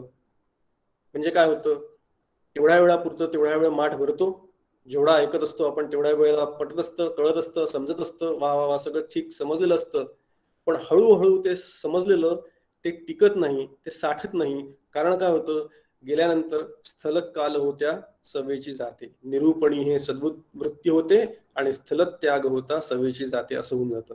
म्हणजे तो माठ भरलेला असतो, देवळातनं बाहेर पडल्यानंतर, कीर्तन प्रवचनातनं बाहेर पडल्यानंतर, शिबिर आणि आध्यात्मिक शिबिरातनं बाहेर पडल्यानंतर तो गळका माठ आपण घेऊन बाहेर जातो आणि प्रपंचामध्ये जातो. 1 दिवस 2 दिवस, 1 आठवडा, एखाद महिना फार फार तर टिकतं. तोपर्यंत सगळं त्याच्यात भरलेलं जे प्राणी असतं ते सगळं हळूहळू गळक्या फुटल्या माठामुळे निघून गेलेलं असतं. असं होता कामा नये. अशा प्रकारचं श्रवण करू नका. आपली चित्तवृत्ती ही अनेक विषयांमध्ये पांगत असते. आपल्याला हे जे गळके माठ जे छिद्र दिलेत ना, 9 छिद्र, 5 विषयाचे 5 छिद्र ज्ञानेंद्रियांचे, ते आपले छिद्र आहेत समजा. त्यातनं आपल्या चित्तवृत्ती सतत बाहेर पडत राहते. सगळं आतमध्ये भरलेला जो साठा असतो ज्ञानाचा, तो टिकत नाही, कारण तो सतत बाहेर धावत असतो. म्हणून फुटलेला माठाला घेऊन जाण्यात काही अर्थ नाही. तसं श्रवण करू नका. आणि चौथा मुद्दा अजून एक, की माठ आहे तो फुटका पण नाहीये, तो चांगला भाजलेला पण आहे, छान माठ आहे, टंग टंग वाजतोय, तो घेऊन मी घरी आलो आणि त्याच्यात पाणी भरायला लागलो. पण पाणी भरायला लागल्याच्या नंतर आधी कळलं की अरे, या माठामध्ये आधीच काहीतरी भरून ठेवलेलं आहे, आधीच काहीतरी कचरा असेल, तर तो माठ कामाचा आहे का? आपल्याला नाही. त्याच्यात स्वच्छ पाणी भरता येणार नाही. स्वच्छ ज्ञान, श्रवणाने मिळवलेलं ज्ञान आपल्या चित्तामध्ये उतरणार नाही, जर का आपलं चित्त आधीच कचऱ्याने भरून ठेवलेलं असेल तर. कचरा कसा? कचरा म्हणजे मी अगदी प्रापंचिक विषयातला कचरा पण म्हणत नाहीये, विषयांचा, द्वेषाचा, मत्सराचा असाही कचरा नाही. पण काय सांगायचंय की श्रवण करताना कशा प्रकारे करायचं श्रवण, तर पूर्ण रिकामा माठ घेऊन गेलं तर त्याच्यामध्ये जे श्रवणानं साध्य करायचं आहे ते आपल्या माठामध्ये उतरेल, आपल्या चित्तामध्ये उतरेल, आपल्या मनामध्ये ते उतरेल. पण आपल्या मनामध्ये जर का आधीच बराच कचरा भरून ठेवला असेल, म्हणजे काय, आधीच खूप ऐकून ठेवलेलं असेल, आधीच खूप श्रवण करून ठेवलेलं असेल, आधीच खूप वाचन करून ठेवलेलं असेल, आधीच खूप जुन्या सगळ्या गोष्टी ऐकून ठेवलेल्या असेल, तर नवीन वक्ता काय सांगतो हे लक्षात पण येत नाही आपल्याला, कारण आपला माठ आधीच भरलेला असतो. असं होतं बघा, प्रवचन आपण ऐकायला जातो, आपल्याला असं वाटत असतं उगाच की आम्ही तर इतके वर्ष ऐकतो आहोत, खूप ऐकलेलं असतं, आणि हा नवीन वक्ता आम्हाला काय सांगणार आहे अशा पद्धतीने आपण बसतो त्याच्यासमोर जाऊन. आणि होतं काय, तो वक्ता काय सांगतो आहे याच्याकडे लक्ष राहत नाही, पण हा वक्ता हा मुद्दा, हा विषय असं सांगताना हा दृष्टांत देत नाहीये, ही ओवी देत नाहीये, हे बरोबर सांगत नाहीये, हे असं सांगत नाहीये, त्या महाराजांनी तर असं सांगितलं होतं, त्या बाबांनी त्या प्रवचनामध्ये तो सांगितलेला किस्सा किती छान होता. ह्या प्रकारची सगळी तुलना आपण करायला लागतो. एखाद्या व्यक्तीचं आपण वचन ऐकताना दुसरा वक्ता कसा आहे ह्याची तुलना जेव्हा आपण करायला लागतो, त्यावेळेला आपल्या मनामध्ये त्या दुसऱ्या वक्त्याचं आधीच ऐकलेलं जे भरलेलं असतं, त्याच्यामुळे हे जे नवीन आहे ज्ञान ते येतच नाही, आणि हे असं सातत होत राहतं, सारखं होत राहतं. म्हणून आधीच कचरा जर का भरलेला असेल माठामध्ये, तर त्या माठामध्ये स्वच्छ पाणी पुन्हा भरता येणार नाही. आणि दुसऱ्या प्रकारे सांगतो अजून, बुवा खूप छान कीर्तन करतात, बुवा खूप छान दृष्टांत देतात, बुवा खूप छान प्रवचन करतात, म्हणून आपण बुवांचं ऐकायला जातो आणि ऐकतो, आणि एखादा मुद्दा खूप भावतो सुद्धा. पण ते काय सांगतात, ते राग, द्वेष, मत्सर, तिरस्कार यांचा त्याग करायला सांगतात आहेत. ते करताना आपण आपल्याबद्दल विचार नसतो करत, ते करताना आपल्याला दुसरंच कोणीतरी व्यक्ती आठवतं, तो कसा रागीट आहे, तो कसा तिरस्कार करतो, त्यांनी कसं हे प्रवचन ऐकायला पाहिजे बुवांचं, त्यांनी हे जर का प्रवचन ऐकलं तर खूप बरं होईल त्यांचं, त्यांनी हे ऐकायला पाहिजे, त्यांना हे कळायला पाहिजे, असा विचार करून तो स्वतःला आणून भिडवतच नाही ते वचन, ते फक्त त्याच्याकरतच ठेवतो, तो आलेला पण नसतो. याचं सगळं लक्ष त्यांनी हे प्रवचन ऐकायला पाहिजे याच्यामध्ये असतं, आणि म्हणून याचं देखील प्रवचनातनं काय साधायचं आहे, त्या श्रवणातनं काय साधायचं आहे हे साधता त्याला येत नाही. 4 प्रकारे आपण बघितलं. एक, कच्चा माठ कामाचा नाही, गळका किंवा फुटलेला माठ कामाचा नाही, उलटा माठ अजिबातच कामाचा नाही, आणि आधीच कचऱ्याने भरलेला किंवा आधीच काहीतरी वेगवेगळ्या प्रकारच्या ज्ञानाच्या साठाने भरलेल्या माठाने जर का आपण ऐकायला गेलो तर तो देखील कामाचा नाही. अशा प्रकारे श्रवणाला जर का बसणार असू तर त्यांनी श्रवणातनं जे साध्य व्हायला पाहिजे ते आपल्याला होणार नाही. म्हणून फार महत्वाची गोष्ट आहे ही, श्रवण एकाग्र मनाने करावं, आणि हे श्रवण करताना आणि ह्याचा अभ्यास करताना ही षडलिंगे महत्वाची आहेत. ती षडलिंगे आपल्या समोर येतात, खूप अभ्यास करावा लागतो, त्याच्याकरता षडलिंगांचा अभ्यास करावा लागतो, समजून घेण्याकरता. खाणाखुणा कुठे आहेत, आपण कुठे चाललो आहोत, किती मार्ग आपला अजून आपल्याला गाठायचा आहे, याचा आवाका, एक ज्याला म्हणतात ना ओव्हरऑल 30,000 फूट व्ह्यू ज्याला म्हणतात, असा मॅप एखाद्या गोष्टीचा तो आपल्याला दिसायला लागतो. त्याच्याकरता ही षडलिंग आहेत. लिंग म्हणजे चिन्ह. हे 6 लिंगांनी आपल्याला एखाद्या शास्त्रीय ग्रंथाचा आवाका कळतो, त्याचा आढावा घेता येतो, त्याचा एक ओव्हर व्ह्यू ज्याला म्हणतो तसा घेता येतो. षडलिंग आणि त्याचा अभ्यास, त्याच्यामध्ये सगळ्यात पहिले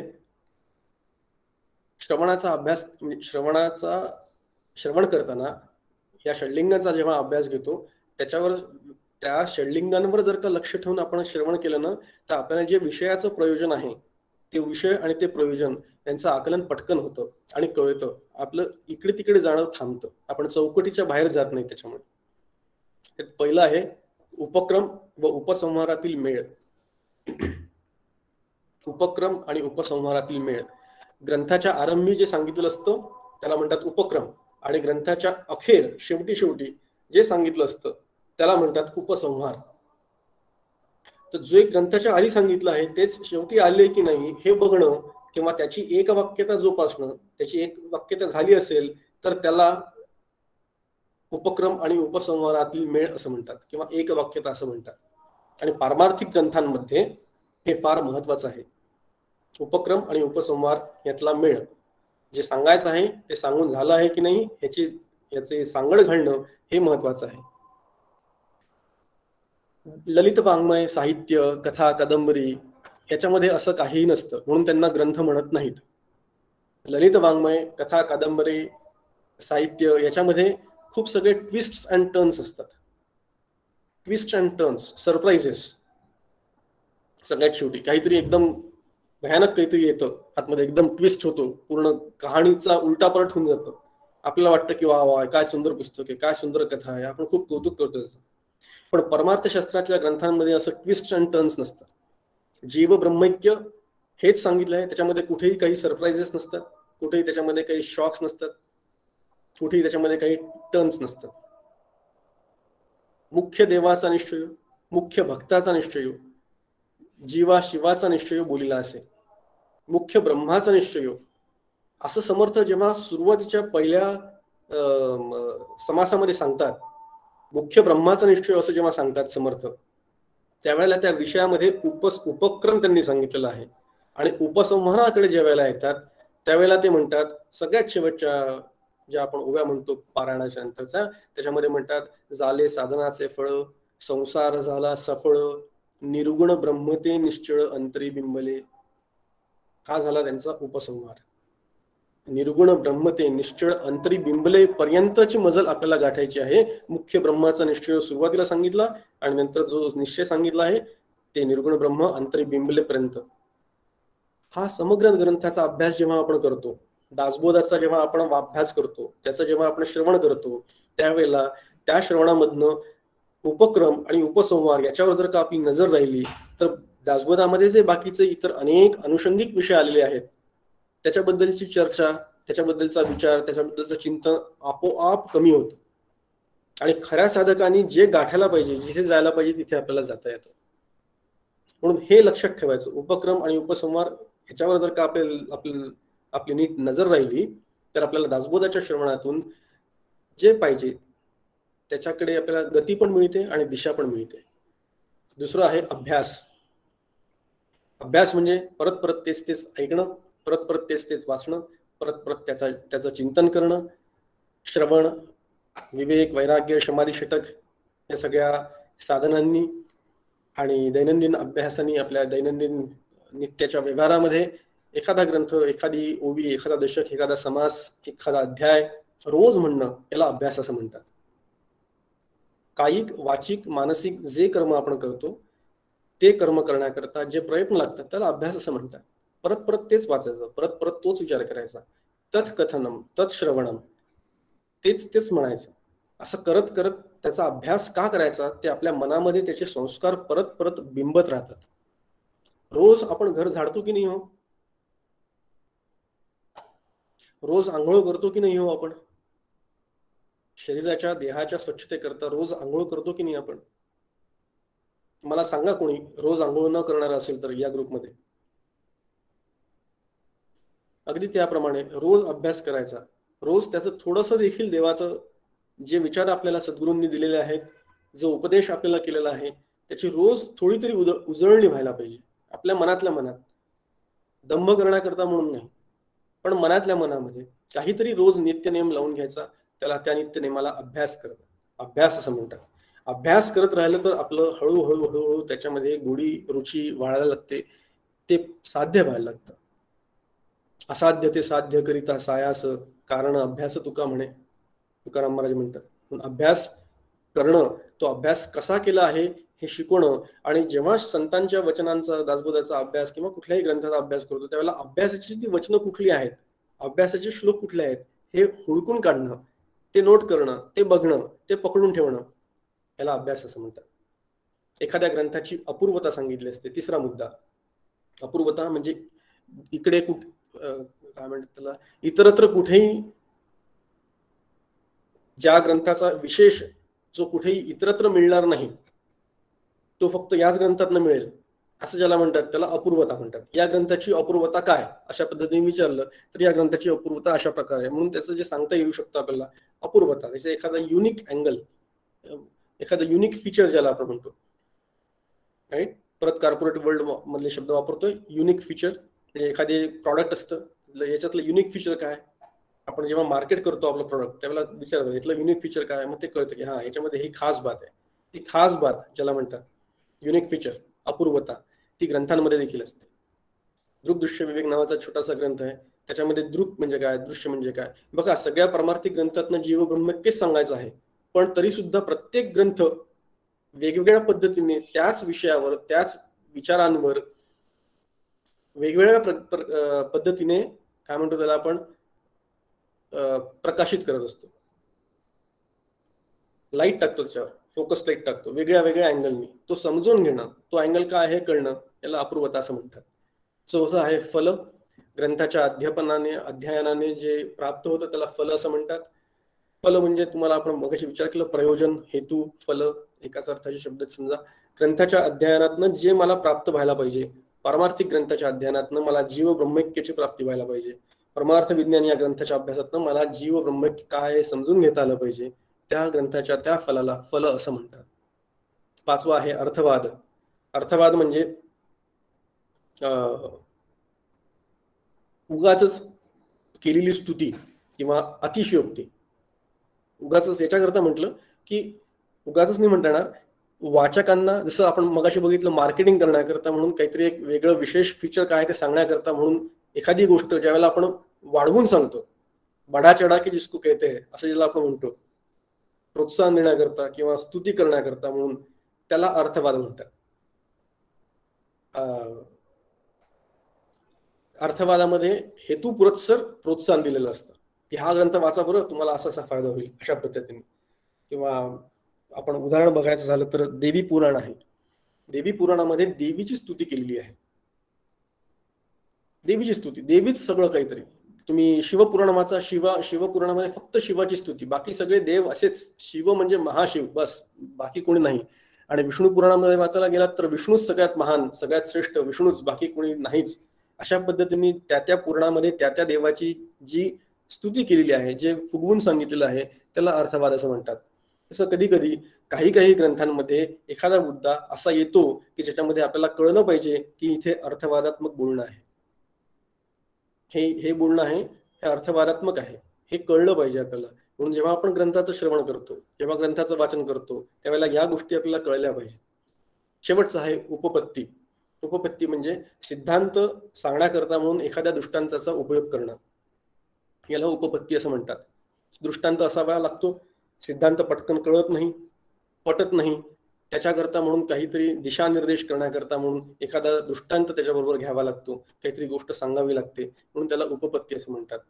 कुठे कुठे उपपत्ती आहे, कुठे कुठे दृष्टांत आहे, हा सिद्धांत नाही, इथे दृष्टांत दिलेले आहे, हे आपल्याला वाचताना कळलं पाहिजे, हे आपल्याला श्रवण करताना ऐकताना समजलं पाहिजे. हे जेव्हा आपण या षडलिंगांचा जेव्हा अभ्यास करू, 6 चिन्हांचा, त्यावेळेला आपल्याला एक दिशा, एक निर्देश कळतं, ठरतं की कुठे जायचंय, कुठे आहे. एक व्ह्यू येतो, पूर्ण आवाका ज्याला म्हणतो त्या ग्रंथाचा पूर्ण आवाका आपल्याला लक्षात येतो.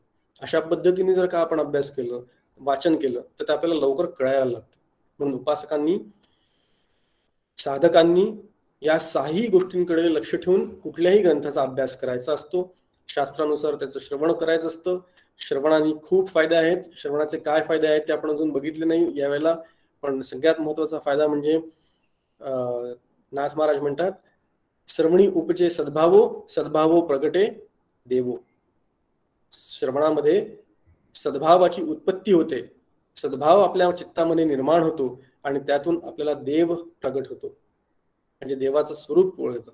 श्रवणामध्ये जेव्हा आपल्याला कळतं, पहिल्यांदा ऐकतो की अरे देह म्हणजे मी नाही, मी कोणीतरी वेगळं आहे, मी देह नाही, मी ब्रह्म आहे, हे जेव्हा आपल्याला पहिल्यांदा कळतं त्यावेळेला आपला विश्वासच बसत नाही. हळूहळू ऐकून पटवून घेऊन मग सावकाश पद्धतीने जेव्हा आपण श्रवण करतो त्यावेळेला ते हळूहळू पटायला लागतं. सामान्यतः उपनिषदातून श्रवण करावं असं एक वचन आहे, अशी एक मान्यता आहे. आणि सगळ्यात महत्वाचं आणि मुख्य म्हणजे श्रवण श्रवण केल्यानं काय होतं तर आता श्रवण केल्याचे फळ क्रिया पालटे तात्काळ तुटे संशयाचे मूळ एकसरा. श्रवण केल्याने काय होतं तर क्रिया पालटे तात्काळ हे व्हायला पाहिजे. जर का क्रिया पालटे तात्काळ होत नसेल याचा अर्थ आपलं श्रवण झालेलं नाही, आपण नुसतंच ऐकलेलं आहे. नुसतंच ऐकणं आणि श्रवण याच्यामध्ये फरक आहे. नुसतंच ऐकणं म्हणजे या कानाने ऐकणं आणि त्या कानाने सोडून देणं, आणि श्रवण म्हणजे ऐकलं की आतमध्ये गेलं, आतमध्ये गेल्यानंतर त्याप्रमाणे तशी क्रिया झाली म्हणजे श्रवण. म्हणून समर्थ म्हणतात क्रिया पालटे तात्काळ. माझा मुलगा आहे, त्याला सांगावं लागतं की बाहेर न आल्यानंतर बाबा रे जोडे चपला काढून नीट जागेवर ठेव, नीट जागेवर ठेव. समोरच स्टँड असतो चपलांचा, त्याच्यावर त्याचे जोडे काढून ठेवावे, खाली इकडे तिकडे टाकू नको, नीट ठेव, एवढंच सांगायचं असतं. मी माझ्या मुलाच्या कानी कपाळी ओरडत असतो, त्याला सांगत असतो, तो ते ऐकत असतो. तो बहिरा नाही, त्याला ऐकू येतं व्यवस्थित, तो ते ऐकतो सुद्धा. हो ठेवतो असं सुद्धा देखील म्हणतो तो. हो बाबा मी ठेवतो असं सुद्धा तो म्हणतो. म्हणजे त्यांनी कळलेलं आहे त्याला मी काय म्हणतोय ते, पण तरी सुद्धा क्रिया पालटे तात्काळ झालेलं नसतं. ते नुसतं इकडनं ऐकलेलं असतं आणि इकडनं सुटलेलं असतं. क्रिया पालटे जेव्हा तात्काळ होतं त्यावेळेला ते खऱ्या अर्थाने श्रवण केल्यासारखं होतं. म्हणून उपनिषदांच्या ग्रंथांच्या किंवा परमार्थशास्त्राच्या या शास्त्र ग्रंथांमधनं जेव्हा आपण श्रवण करतो त्यावेळेला एक क्रायटेरिया आपण आपल्याला लावून गेला पाहिजे, तो हा की जे श्रवण केलेलं आहे त्यातनं माझ्यामध्ये काही पालट होतो आहे की नाही, माझ्यामध्ये काही बदल होतोय की नाही. हे जर का कळलं तर खरं, नाही तर काही श्रवण झालंच नाही असं म्हणावं लागेल. असो, श्रवण, मनन, निधिध्यासन. दुसरं आहे मनन. श्रवणानंतर मननाचं फार महत्व आहे. एक 5 मिनिटं आपण बघू आणि एवढा विषय पूर्ण करू आणि मग थांबू. मग काही प्रश्न असतील तर आपण विचारा. होतं काय, आपलं खूप श्रवण होतं, खूप लोकांचं खूप ठिकाणचं वेगवेगळ्या पद्धतीने मांडणी केलेलं वेगवेगळं खूप ऐकतो आपण, खूप ऐकतो, श्रवण खूप होतं. पण ज्या पद्धतीने मनन व्हायला पाहिजे त्या पद्धतीने मनन होत नाही. त्याच्यामुळे आपले संशय तसेच राहतात. मननाचं काय आहे, मननाचं म्हणजे यथार्थ श्रवण झाल्यानंतर जे श्रवणातनं आपल्याला कळलेलं आहे ते पक्क करणं, त्याचा निश्चय करणं म्हणजे श्रवण. त्याच्या पद्धतीचे, त्याच्याबद्दलचे, त्या विषयाच्या बद्दलचे जे काही संशय आपल्या मनामध्ये येतात, जे काही किंतु आपल्या मनामध्ये येतात ते पूर्णपणे निस्तारून नेणं आणि त्याचा निश्चय करणं. मगाशी आपण बघितलं निश्चय करणं, वेदांत शास्त्राच्या तात्पर्याच्या निश्चयास श्रवण असं म्हणतात. पण तो निश्चय टिकत नाही आपला. तेवढ्यापुरतं आपल्याला ऐकलं असतं, कळलं असतं, पटलं असतं, पण जेव्हा आपण बाहेर व्यवहारात जातो त्यावेळेला तो निश्चय टिकत नाही आपला. तो निश्चय टिकत का नाही, तर कारण आपण पाहिजे तसं ते त्याचं मनन केलेलं नसतं. मनन होत नाही म्हणून आपली प्रगती कमी पडते. मनन व्हायला लागलं की आपल्याला तो जो निश्चय आहे, जे आपण ऐकलेलं असतं प्रवचनांमधनं, ते अंगीकारता येतं किंवा ते आपल्याला दैनंदिन जीवनामध्ये अप्लाय करता येतं. मागच्या वेळेला आपण बघितलं होतं अप्लाइड परमार्थ. अप्लाइड परमार्थ तो अप्लाय करावा लागतो. या जीवनामधल्या लॅबमध्ये तो परमार्थ आणि ते शास्त्रविचार अप्लाय करण्याकरता म्हणून मनन गरजेचं असतं. मननाने फार पक्क्या पद्धतीने आपल्या चित्तामध्ये श्रवणाने केलेले जे विचार असतात ते मननाने पक्के होतात, दृढ होतात. नुसतीच खुंटी ठोकली आहे आणि ती खुंटी नुसतीच ठेवली तर त्यांनी काम होत नाही. ती खुंटी पक्की बसली आहे की नाही बघावं लागतं. आजूबाजूची माती जर का भुसभुशीत असेल तर ती खुंटी हळूहळू हलते आणि निघून पडते. तसं होता कामा नाही. म्हणून पक्का विचार करणं, नीट विचार करणं, साधक बाधक विचार करून ती गोष्ट नीट समजून घेणं, आणि जो तो निश्चय आहे मी ब्रह्म आहे, ब्रह्म म्हणजे मी, हा निश्चय सतत करत राहणं, ते सतत मनामध्ये उगाळत राहणं. मुद्दाम शब्द वापरला, उगाळणं. मी ब्रह्म आहे हे उगाळायला काय हरकत आहे हो. आपण मी देह आहे आणि माझ्या प्रपंचामध्ये किती गोष्टींचं कसा प्रकारचे त्रास मला होतो आहे हेच आपण जर का आयुष्यभर उगाळत राहिलो त्यांनी आनंद कसा हाताला लागणार आहे, त्यांनी समाधान कसं हाताला लागणार आहे आपल्या. मी ब्रह्म आहे, मी आनंद स्वरूप आहे, मी सद्रूप चिद्रूप आनंद रूप आहे, हे जर का आपण उगाळायला लागलो तर हळूहळू आपली अंतःकरण वृत्ती आणि आपला विचार असा होईल ना की मी खरंच आनंद रूप आहे, खरंच मला आनंदाची प्राप्ती व्हायला लागेल ना, खरंच मला असं वाटेल ना जेव्हा मी दुःखामध्ये आहे त्यावेळेला, अरे मी दुःखात का बरं आहे, मला तर सांगण्यात आलेलं आहे मी आनंद रूप आहे, ब्रह्म आनंद रूप आहे आणि मी म्हणजे ब्रह्म आहे, म्हणजे मी सुद्धा आनंद रूप आहे, मग मी जर का आनंद रूप असेल तर मी दुःखी का? अशा पद्धतीचं जेव्हा आपण चिंतन करायला लागतो परत परत, त्यावेळेला दैनंदिन व्यवहारामध्ये देखील आपण परत coming back to the point ज्याला म्हणतात तसं पुन्हा पुन्हा मी ब्रह्म आहे या स्वरूपाचा विचार करणं, याच्याबद्दल सारखं चिंतन करणं हे आपल्याला जमू शकतं. चिंतन आणि मनन याच्यामध्ये थोडासा फरक आहे. साधक बाधक विचार करत राहणं हे मनन आहे, आणि मनन करून झाल्यानंतर जे एक निश्चित तत्व जे आहे ते पटवून घेतलेलं जे तत्व आहे त्यालाच धरून ठेवणं आणि त्याला मनाने पकडून ठेवण्याचं काम करणं याला चिंतन म्हणतात. मग श्रवण, मनन आणि तिसरं आहे निधिध्यासन. निधिध्यासनामध्ये जे श्रवणाने ऐकलेलं आहे, जे मनन करून पटवून घेतलेलं आहे, जे चिंतन करून स्थिर आणि घट्ट केलेलं आहे, त्याच्यावर पूर्णपणे फोकस करणं, त्या ब्रह्मतत्वाशी, त्या आपल्या आतल्या स्वस्वरूपाशी आपली अंतःकरण वृत्ती जाऊन सतत भिडवणं याला निधिध्यासन असं म्हणतात. योगाच्या क्रियेमध्ये याला ध्यान म्हणतात, ज्ञानाच्या क्रियेमध्ये याला निधिध्यासन म्हणतात. म्हणजे दैनंदिन व्यवहारामध्ये चालता बोलता सतत विचार तो आहे मागे. संतांचे असे असतात, त्यांच्यामध्ये एक तर रामनाम असतं किंवा त्यांच्या आराध्य देवताचं नामाचा त्यांनी विचार पकडून ठेवलेला असतो, किंवा ज्ञानमार्गात जर का असेल तर निधिध्यासन असतं. पारितानुवृत्तीने ते जगत असतात म्हणून असतं. सतत निधिध्यासन म्हणजे अंतःकरण वृत्तीला आपल्या चित्तवृत्तींना पांगू न देता स्वस्वरूपाशी अनुसंधान सांभाळून ठेवणं याला निधिध्यासन असं म्हणतात. आणि ज्या पद्धतीने आपलं चित्त ज्याचं चिंतन करतं, आपलं चित्त ज्याचा विचार करतं, ज्याचं चिंतन करतं, त्या गोष्टीचा ते आकार धारण करतं. जसं पाणी भांड्यामध्ये ओतलं तर भांड्याचा आकार धारण करतं, जारमध्ये ओतलं तर जारचा आकार धारण करतं, छोट्याशा ट्यूबमध्ये ओतलं, टेस्ट ट्यूबमध्ये ओतलं तर ते टेस्ट ट्यूबचा आकार धारण करतं. त्याप्रमाणे चित्त ज्याच्यामध्ये ओतू, म्हणजे चित्त ज्याच्यात जाईल, ज्या विषयात जाईल त्या विषयाचा ते आकार धारण करतं. मग ब्रह्म जे विभू आहे, ज्या विभू तत्वामध्ये जर का आपण आपलं चित्त नेलं तर आपलं चित्त सुद्धा विभू होतं, म्हणजे ब्रह्मरूप होतं, मोठं होतं. म्हणून त्याचाच विचार करणं, त्या चिंते वस्तूच्या आकाराचा धारण करणं, असं प्रकारचा विचार करत राहणं म्हणजे निधिध्यासन. आणि मनामध्ये ही सतत भावना धरून आत्मस्वरूपावर थोड्या काळ राहण्याचा प्रयत्न करणं याला निधिध्यासन म्हणतात. असा प्रयत्न रोज थोड्या वेळ तरी होणं अभिप्रेत आहे. श्रवण करायचं, श्रवण करून थांबायचं नाही. श्रवण करून घरी निघून गेल्यानंतर श्रवण कमी पडतं, गळतं असतं आपलं मडकं, त्यातनं आपलं पाणी निघून जातं. ते पाणी निघून न जाण्याकरता म्हणून पहिले आपलं मडकं पूर्ण पक्क करून घ्यावं. त्याच्यानंतर जे पाणी आहे आतमध्ये, म्हणजे जे श्रवणाने ऐकलेलं आहे त्याच्यावर मनन करावं. ते मनन केलं तर श्रवणाने केलेला जो निश्चय असतो तो आपल्या चित्तामध्ये टिकतो, त्याच्यावर त्याचे संस्कार उरतात आणि ते टिकून राहतात. आणि जे टिकून राहिलेले संस्कार आहेत त्याचा रोज थोडा पद्धतीने निधिध्यासन केलं तर आपल्याला जे पाहायला पाहिजे ते होता येतं. सगळ्यात शेवटचं आहे तत्त्वम पदार्थ शोधन. याचा विचार आपण पुढच्या वेळेला नंतर कधी करू.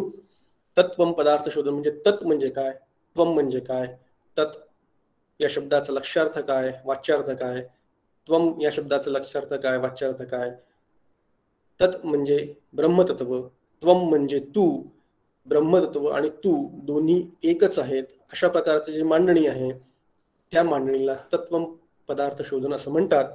परत शास्त्रीय भाग आहे, तेच सांगायचं आहे, तोच विषय आहे, पुन्हा आपल्याला तो येणार आहे. त्याच्या वेळेला याच्याबद्दलची चर्चा आपण पुढच्या वेळेला करू.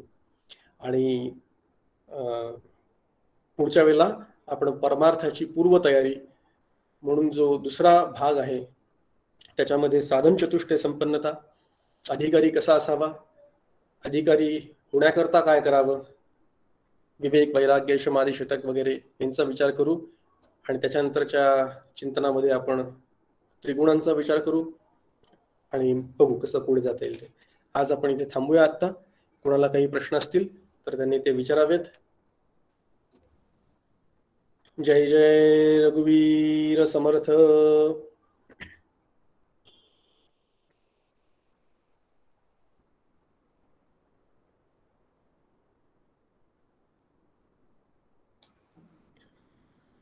आपल्याकडे अजून 9 मिनिटे आहेत, तर कुणाला काही प्रश्न असतील, काही शंका असतील तर विचारायला हरकत नाही. अमृता शुक्ला.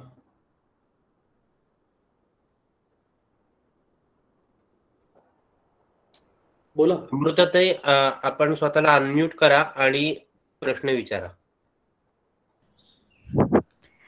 दादा नमस्कार. नमस्कार. मला सिद्धांत आणि दृष्टांत यामधील फरक म्हणजे काय आहे असं जरा थोडासा त्याच्यावर प्रकाश पाडला तर. जरूर. सिद्धांत म्हणजे शास्त्रामध्ये एखादी जी गोष्ट सांगितली असते, एक रूल सांगितला असतो, त्याला सिद्धांत असं म्हणतात. आता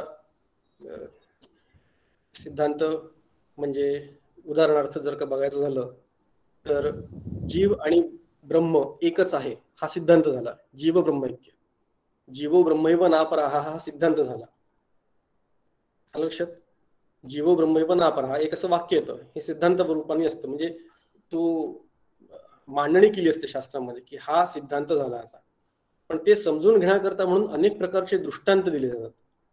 आता जीव म्हणजे ब्रह्म कसं काय, मी म्हणजे ब्रह्म असं कसं म्हणता येईल आपल्याला, वगैरे वगैरे आपल्याला प्रश्न पडतात.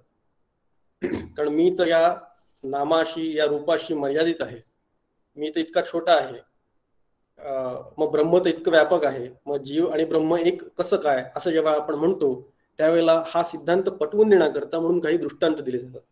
आता उदाहरणार्थ दृष्टांत कशा पद्धतीचे असतात तर एकच सोनं असतं पण ते वेगवेगळ्या प्रकारचे रूप धारण करतं. एकच सोनं असतं म्हणजे सोने रूपाने, सोनं ह्या तत्वाने ते एकच असतं. पण काही जण ते सोन्याची बोटामध्ये अंगठी करून घालतात, काही जण ते सोनं गळ्यामध्ये चेन करून घालतात, काही जण त्या सोन्याची नथ करून नाकात घालतात. ज्यावेळेला ती नथ असते त्यावेळेला आपण नथ असं म्हणतो, त्याचा रूप रंग वेगळा असतो. ज्यावेळेला ती बोटामध्ये अंगठी म्हणून येते त्यावेळेला त्याचं रूप वेगळं असतं, म्हणून त्याला आपण अंगठी असं म्हणतो. ज्यावेळेला अशा पद्धतीने आपण विचार करतो त्यावेळेला रूप वेगळं असलं तरी तत्वरूपाने सोनं सोनच असतं हे जेव्हा कळतं त्यावेळेला त्याचप्रमाणे दिसणारे सगळे जीव वेगवेगळे असले, कोणी प्राणी असतं, कोणी मनुष्य असतं, कोणी पर्वत असतं, कुठे नदी असते, कुठे झाड असतं, हे दिसणारं याच्या दिसणाऱ्यातली जी विविधता आहे ती वेगवेगळी असली तरी सुद्धा सिद्धांत रूपाने म्हणजे तत्वरूपाने हे सगळं ब्रह्मच आहे हे जाणून घ्यायचं. जीव ब्रह्मैव नापरहा किंवा सर्वम खलविदम ब्रह्म, सगळीकडे ब्रह्मच व्यापून आहे हे सिद्धांत झाले. आणि ते सिद्धांत समजून घेण्याकरता म्हणून सोन्याचं उदाहरण हा दृष्टांत झाला. असे बरेच आता कन्सेप्ट क्लिअर झाली आहे, खूप छान म्हणजे समजलं आता. कारण थोडासा गोंधळ होत होता की दृष्टांतामध्ये आपण काय म्हणजे सांगतोय आणि सिद्धांतामध्ये कसं सिद्ध करणार आहोत. धन्यवाद दादा. मुख्य संकल्पना असते ती सिद्धांतामध्ये असते, ती सिद्धांत समजून घेण्याकरता म्हणून एखादी गोष्ट किंवा एखादं उपमान घ्यावं लागतं, म्हणून त्याला दृष्टांत असं म्हणतात. हो, खूप छान, धन्यवाद दादा. वैशालीताई, आपण अनम्यूट व्हा आणि प्रश्न विचारा. चालेल, धन्यवाद दादा. तर आजचं पण भरपूर व्यवस्थित झालं आणि मला एक विचारायचं होतं, जेव्हा तुम्ही म्हणला की श्रवणी सद्भावे देव प्रकट होता, तर म्हणजे हे असं होणार आहे की जसं जसं आम्ही श्रवण करू, जसं जसं आम्ही मनन आणि निदिध्यासन करू, मग त्याच्यानंतर तो डाऊटच राहणार नाही की मी ब्रह्म आहे का नाही, आणि मग त्याची गरज पण उरणार नाही की खरंच समोर आपल्या फिजिकली देव प्रकट झाला पाहिजे, ह्याची गरजच उरणार नाही, असं त्याचा अर्थ आहे ना, म्हणून विचारायचं होतं. बरोबर आहे, तसाही अर्थ आहे. पण मगाशी मी जसं सांगितलं काही काही वेळेला अर्थवादात्मक बोलणे असतात. अर्थवादात्मक बोलणे असतं म्हणजे काय, कुठेतरी प्रोत्साहन देण्याकरता म्हणून काहीतरी फुगवून सांगणं ज्याला म्हणतात तसं असतं. तर श्रवणाने प्रगटे देवो असं नाही येते, श्रवणाने प्रगटे सद्भावो आणि सद्भावे प्रगटे देवो असं आहे ते वचन. हो तेच. महाराजांची ओवी आहे. ओवीतला एक छोटासा चरण मी तुमच्या पुढे घेतला फक्त, की श्रवणाने काय होतं तर सद्भाव उत्पन्न होतो आपल्या मनामध्ये. म्हणजे कसं, सद्भाव म्हणजे भाव म्हणजे अस्तित्वाची जाणीव आहे आहे याच्यावर विश्वास, याच्यावरची श्रद्धा, ती जाणीव उत्पन्न होण्याकरता, तो भाव उत्पन्न होण्याकरता पहिले श्रवण करावं लागतं. ज्यावेळेला आपण श्रवण करतो ना त्यावेळेला आपण कोणाचं चरित्र वाचतो, उदाहरणार्थ श्रीकृष्णाचं, श्रीरामाचं, भागवतामध्ये श्रीकृष्णाचं चरित्र वाचतो आपण, भागवत ऐकायला जातो, भागवताच्या कथा ऐकायला जातो. आता जेव्हा आपण ह्या कथा ऐकतो, हे श्रवण जेव्हा आपण करतो, त्यावेळेला आपल्याला आपल्या मनामध्ये आपल्यापेक्षाही कोणीतरी श्रेष्ठ आहे, सगळ्यांपेक्षाही कोणीतरी श्रेष्ठ आहे हे कळायला लागतं. आणि त्यावेळेला आपण किती यत्किंचित आहोत, आपण किती क्षुल्लक आहोत, आपण किती छिटे आहोत याची जाण आपल्याला व्हायला लागते. आणि त्यामुळे आपल्यातला जो अहंकार असतो त्याला थोडीशी टाचणी लागते, त्याला पिन नसते. म्हणजे कसं की आपण स्वतःला खूप समजत असतो दिवसभरामध्ये, मला समाजामध्ये मान्यता आहे, माझ्याकडे काय पैसा आहे, मी त्यो, मी असा, मी तसा, असं खूप समजत असतो. जेव्हा आपण श्रीकृष्णाचं चरित्र वाचतो त्यावेळेला आपल्याला कळते की श्रीकृष्ण किती मोठा. एक छोटं उदाहरण म्हणून मी दिलं तुम्हाला हे, कशा पद्धतीने सद्भाव हळूहळू झाला. मग त्या श्रीकृष्णाची गोष्ट ऐकून परत जेव्हा आपण ऐकतो त्यावेळेला त्याच्याबद्दलची श्रद्धा, त्याच्याबद्दलची भक्ती, त्याच्याबद्दलचं प्रेम आपल्या मनामध्ये निर्माण व्हायला लागतं. आणि मग हळूहळू करत तो श्रीकृष्ण म्हणजे कोण याच्याबद्दलची उत्कटता वाढते. आणि नंतर मग पुढच्या स्टेजला मग सद्भावे प्रगटे देव म्हणजे आपल्या मनामध्ये भगवंतच अवतीर्ण होतो, म्हणजे भगवंताचं दर्शन होतं किंवा आत्मज्ञान होतं म्हणा, कुठल्याही पद्धतीने बोला तुम्ही, अशा अर्थाने ती ओवी आहे. चालेल, धन्यवाद. बरोबर प्रश्न विचारला पण. थँक्यू.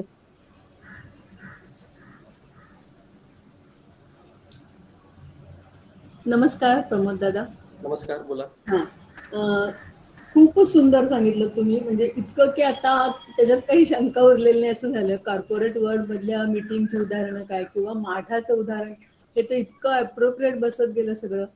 खूपच सुंदर आहे. पण म्हणजे जेव्हा तुम्ही म्हणालात की श्रवणामध्ये सद्भावना निर्माण होण्यासाठी तुम्ही श्रवणामध्ये इतकं रमलं पाहिजे आणि इतकी श्रद्धा आणि विश्वास त्याच्यावरती गाढ ठेवली पाहिजे, तरच तो सद्भाव निर्माण होईल, नाही का? बरोबर. खूप सुंदर सांगितलं, खूपच छान, धन्यवाद. शंका अशी नव्हतीच, मला सांगायचं होतं फक्त. बरोबर, ठीक आहे.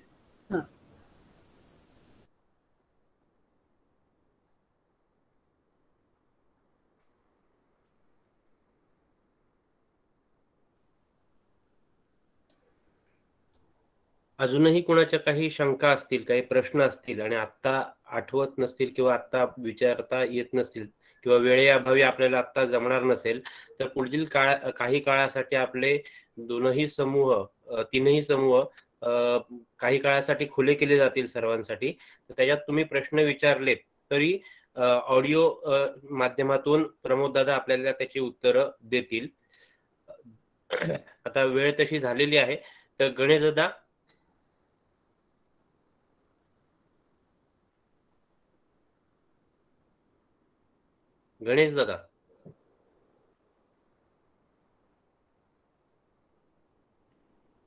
संदीप आहे का? संदीप नाहीये का? शेवटची प्रार्थना घ्यायची. भावी पूर्ण कृपा गुरु मगवरी, प्रार्थित भावे तुला, वारी सर्व अरिष्ट नेऊन निलया, संमोह जो वाढला, अज्ञानांग जनासी मुक्त करुणी, शांती पदी बैसवी, विनती हीच असे न मागत दुजे, भक्ती तुझी ही हवी. सद्गुरुनाथ महाराज की जय. जय जय रघुवीर समर्थ. श्रीराम.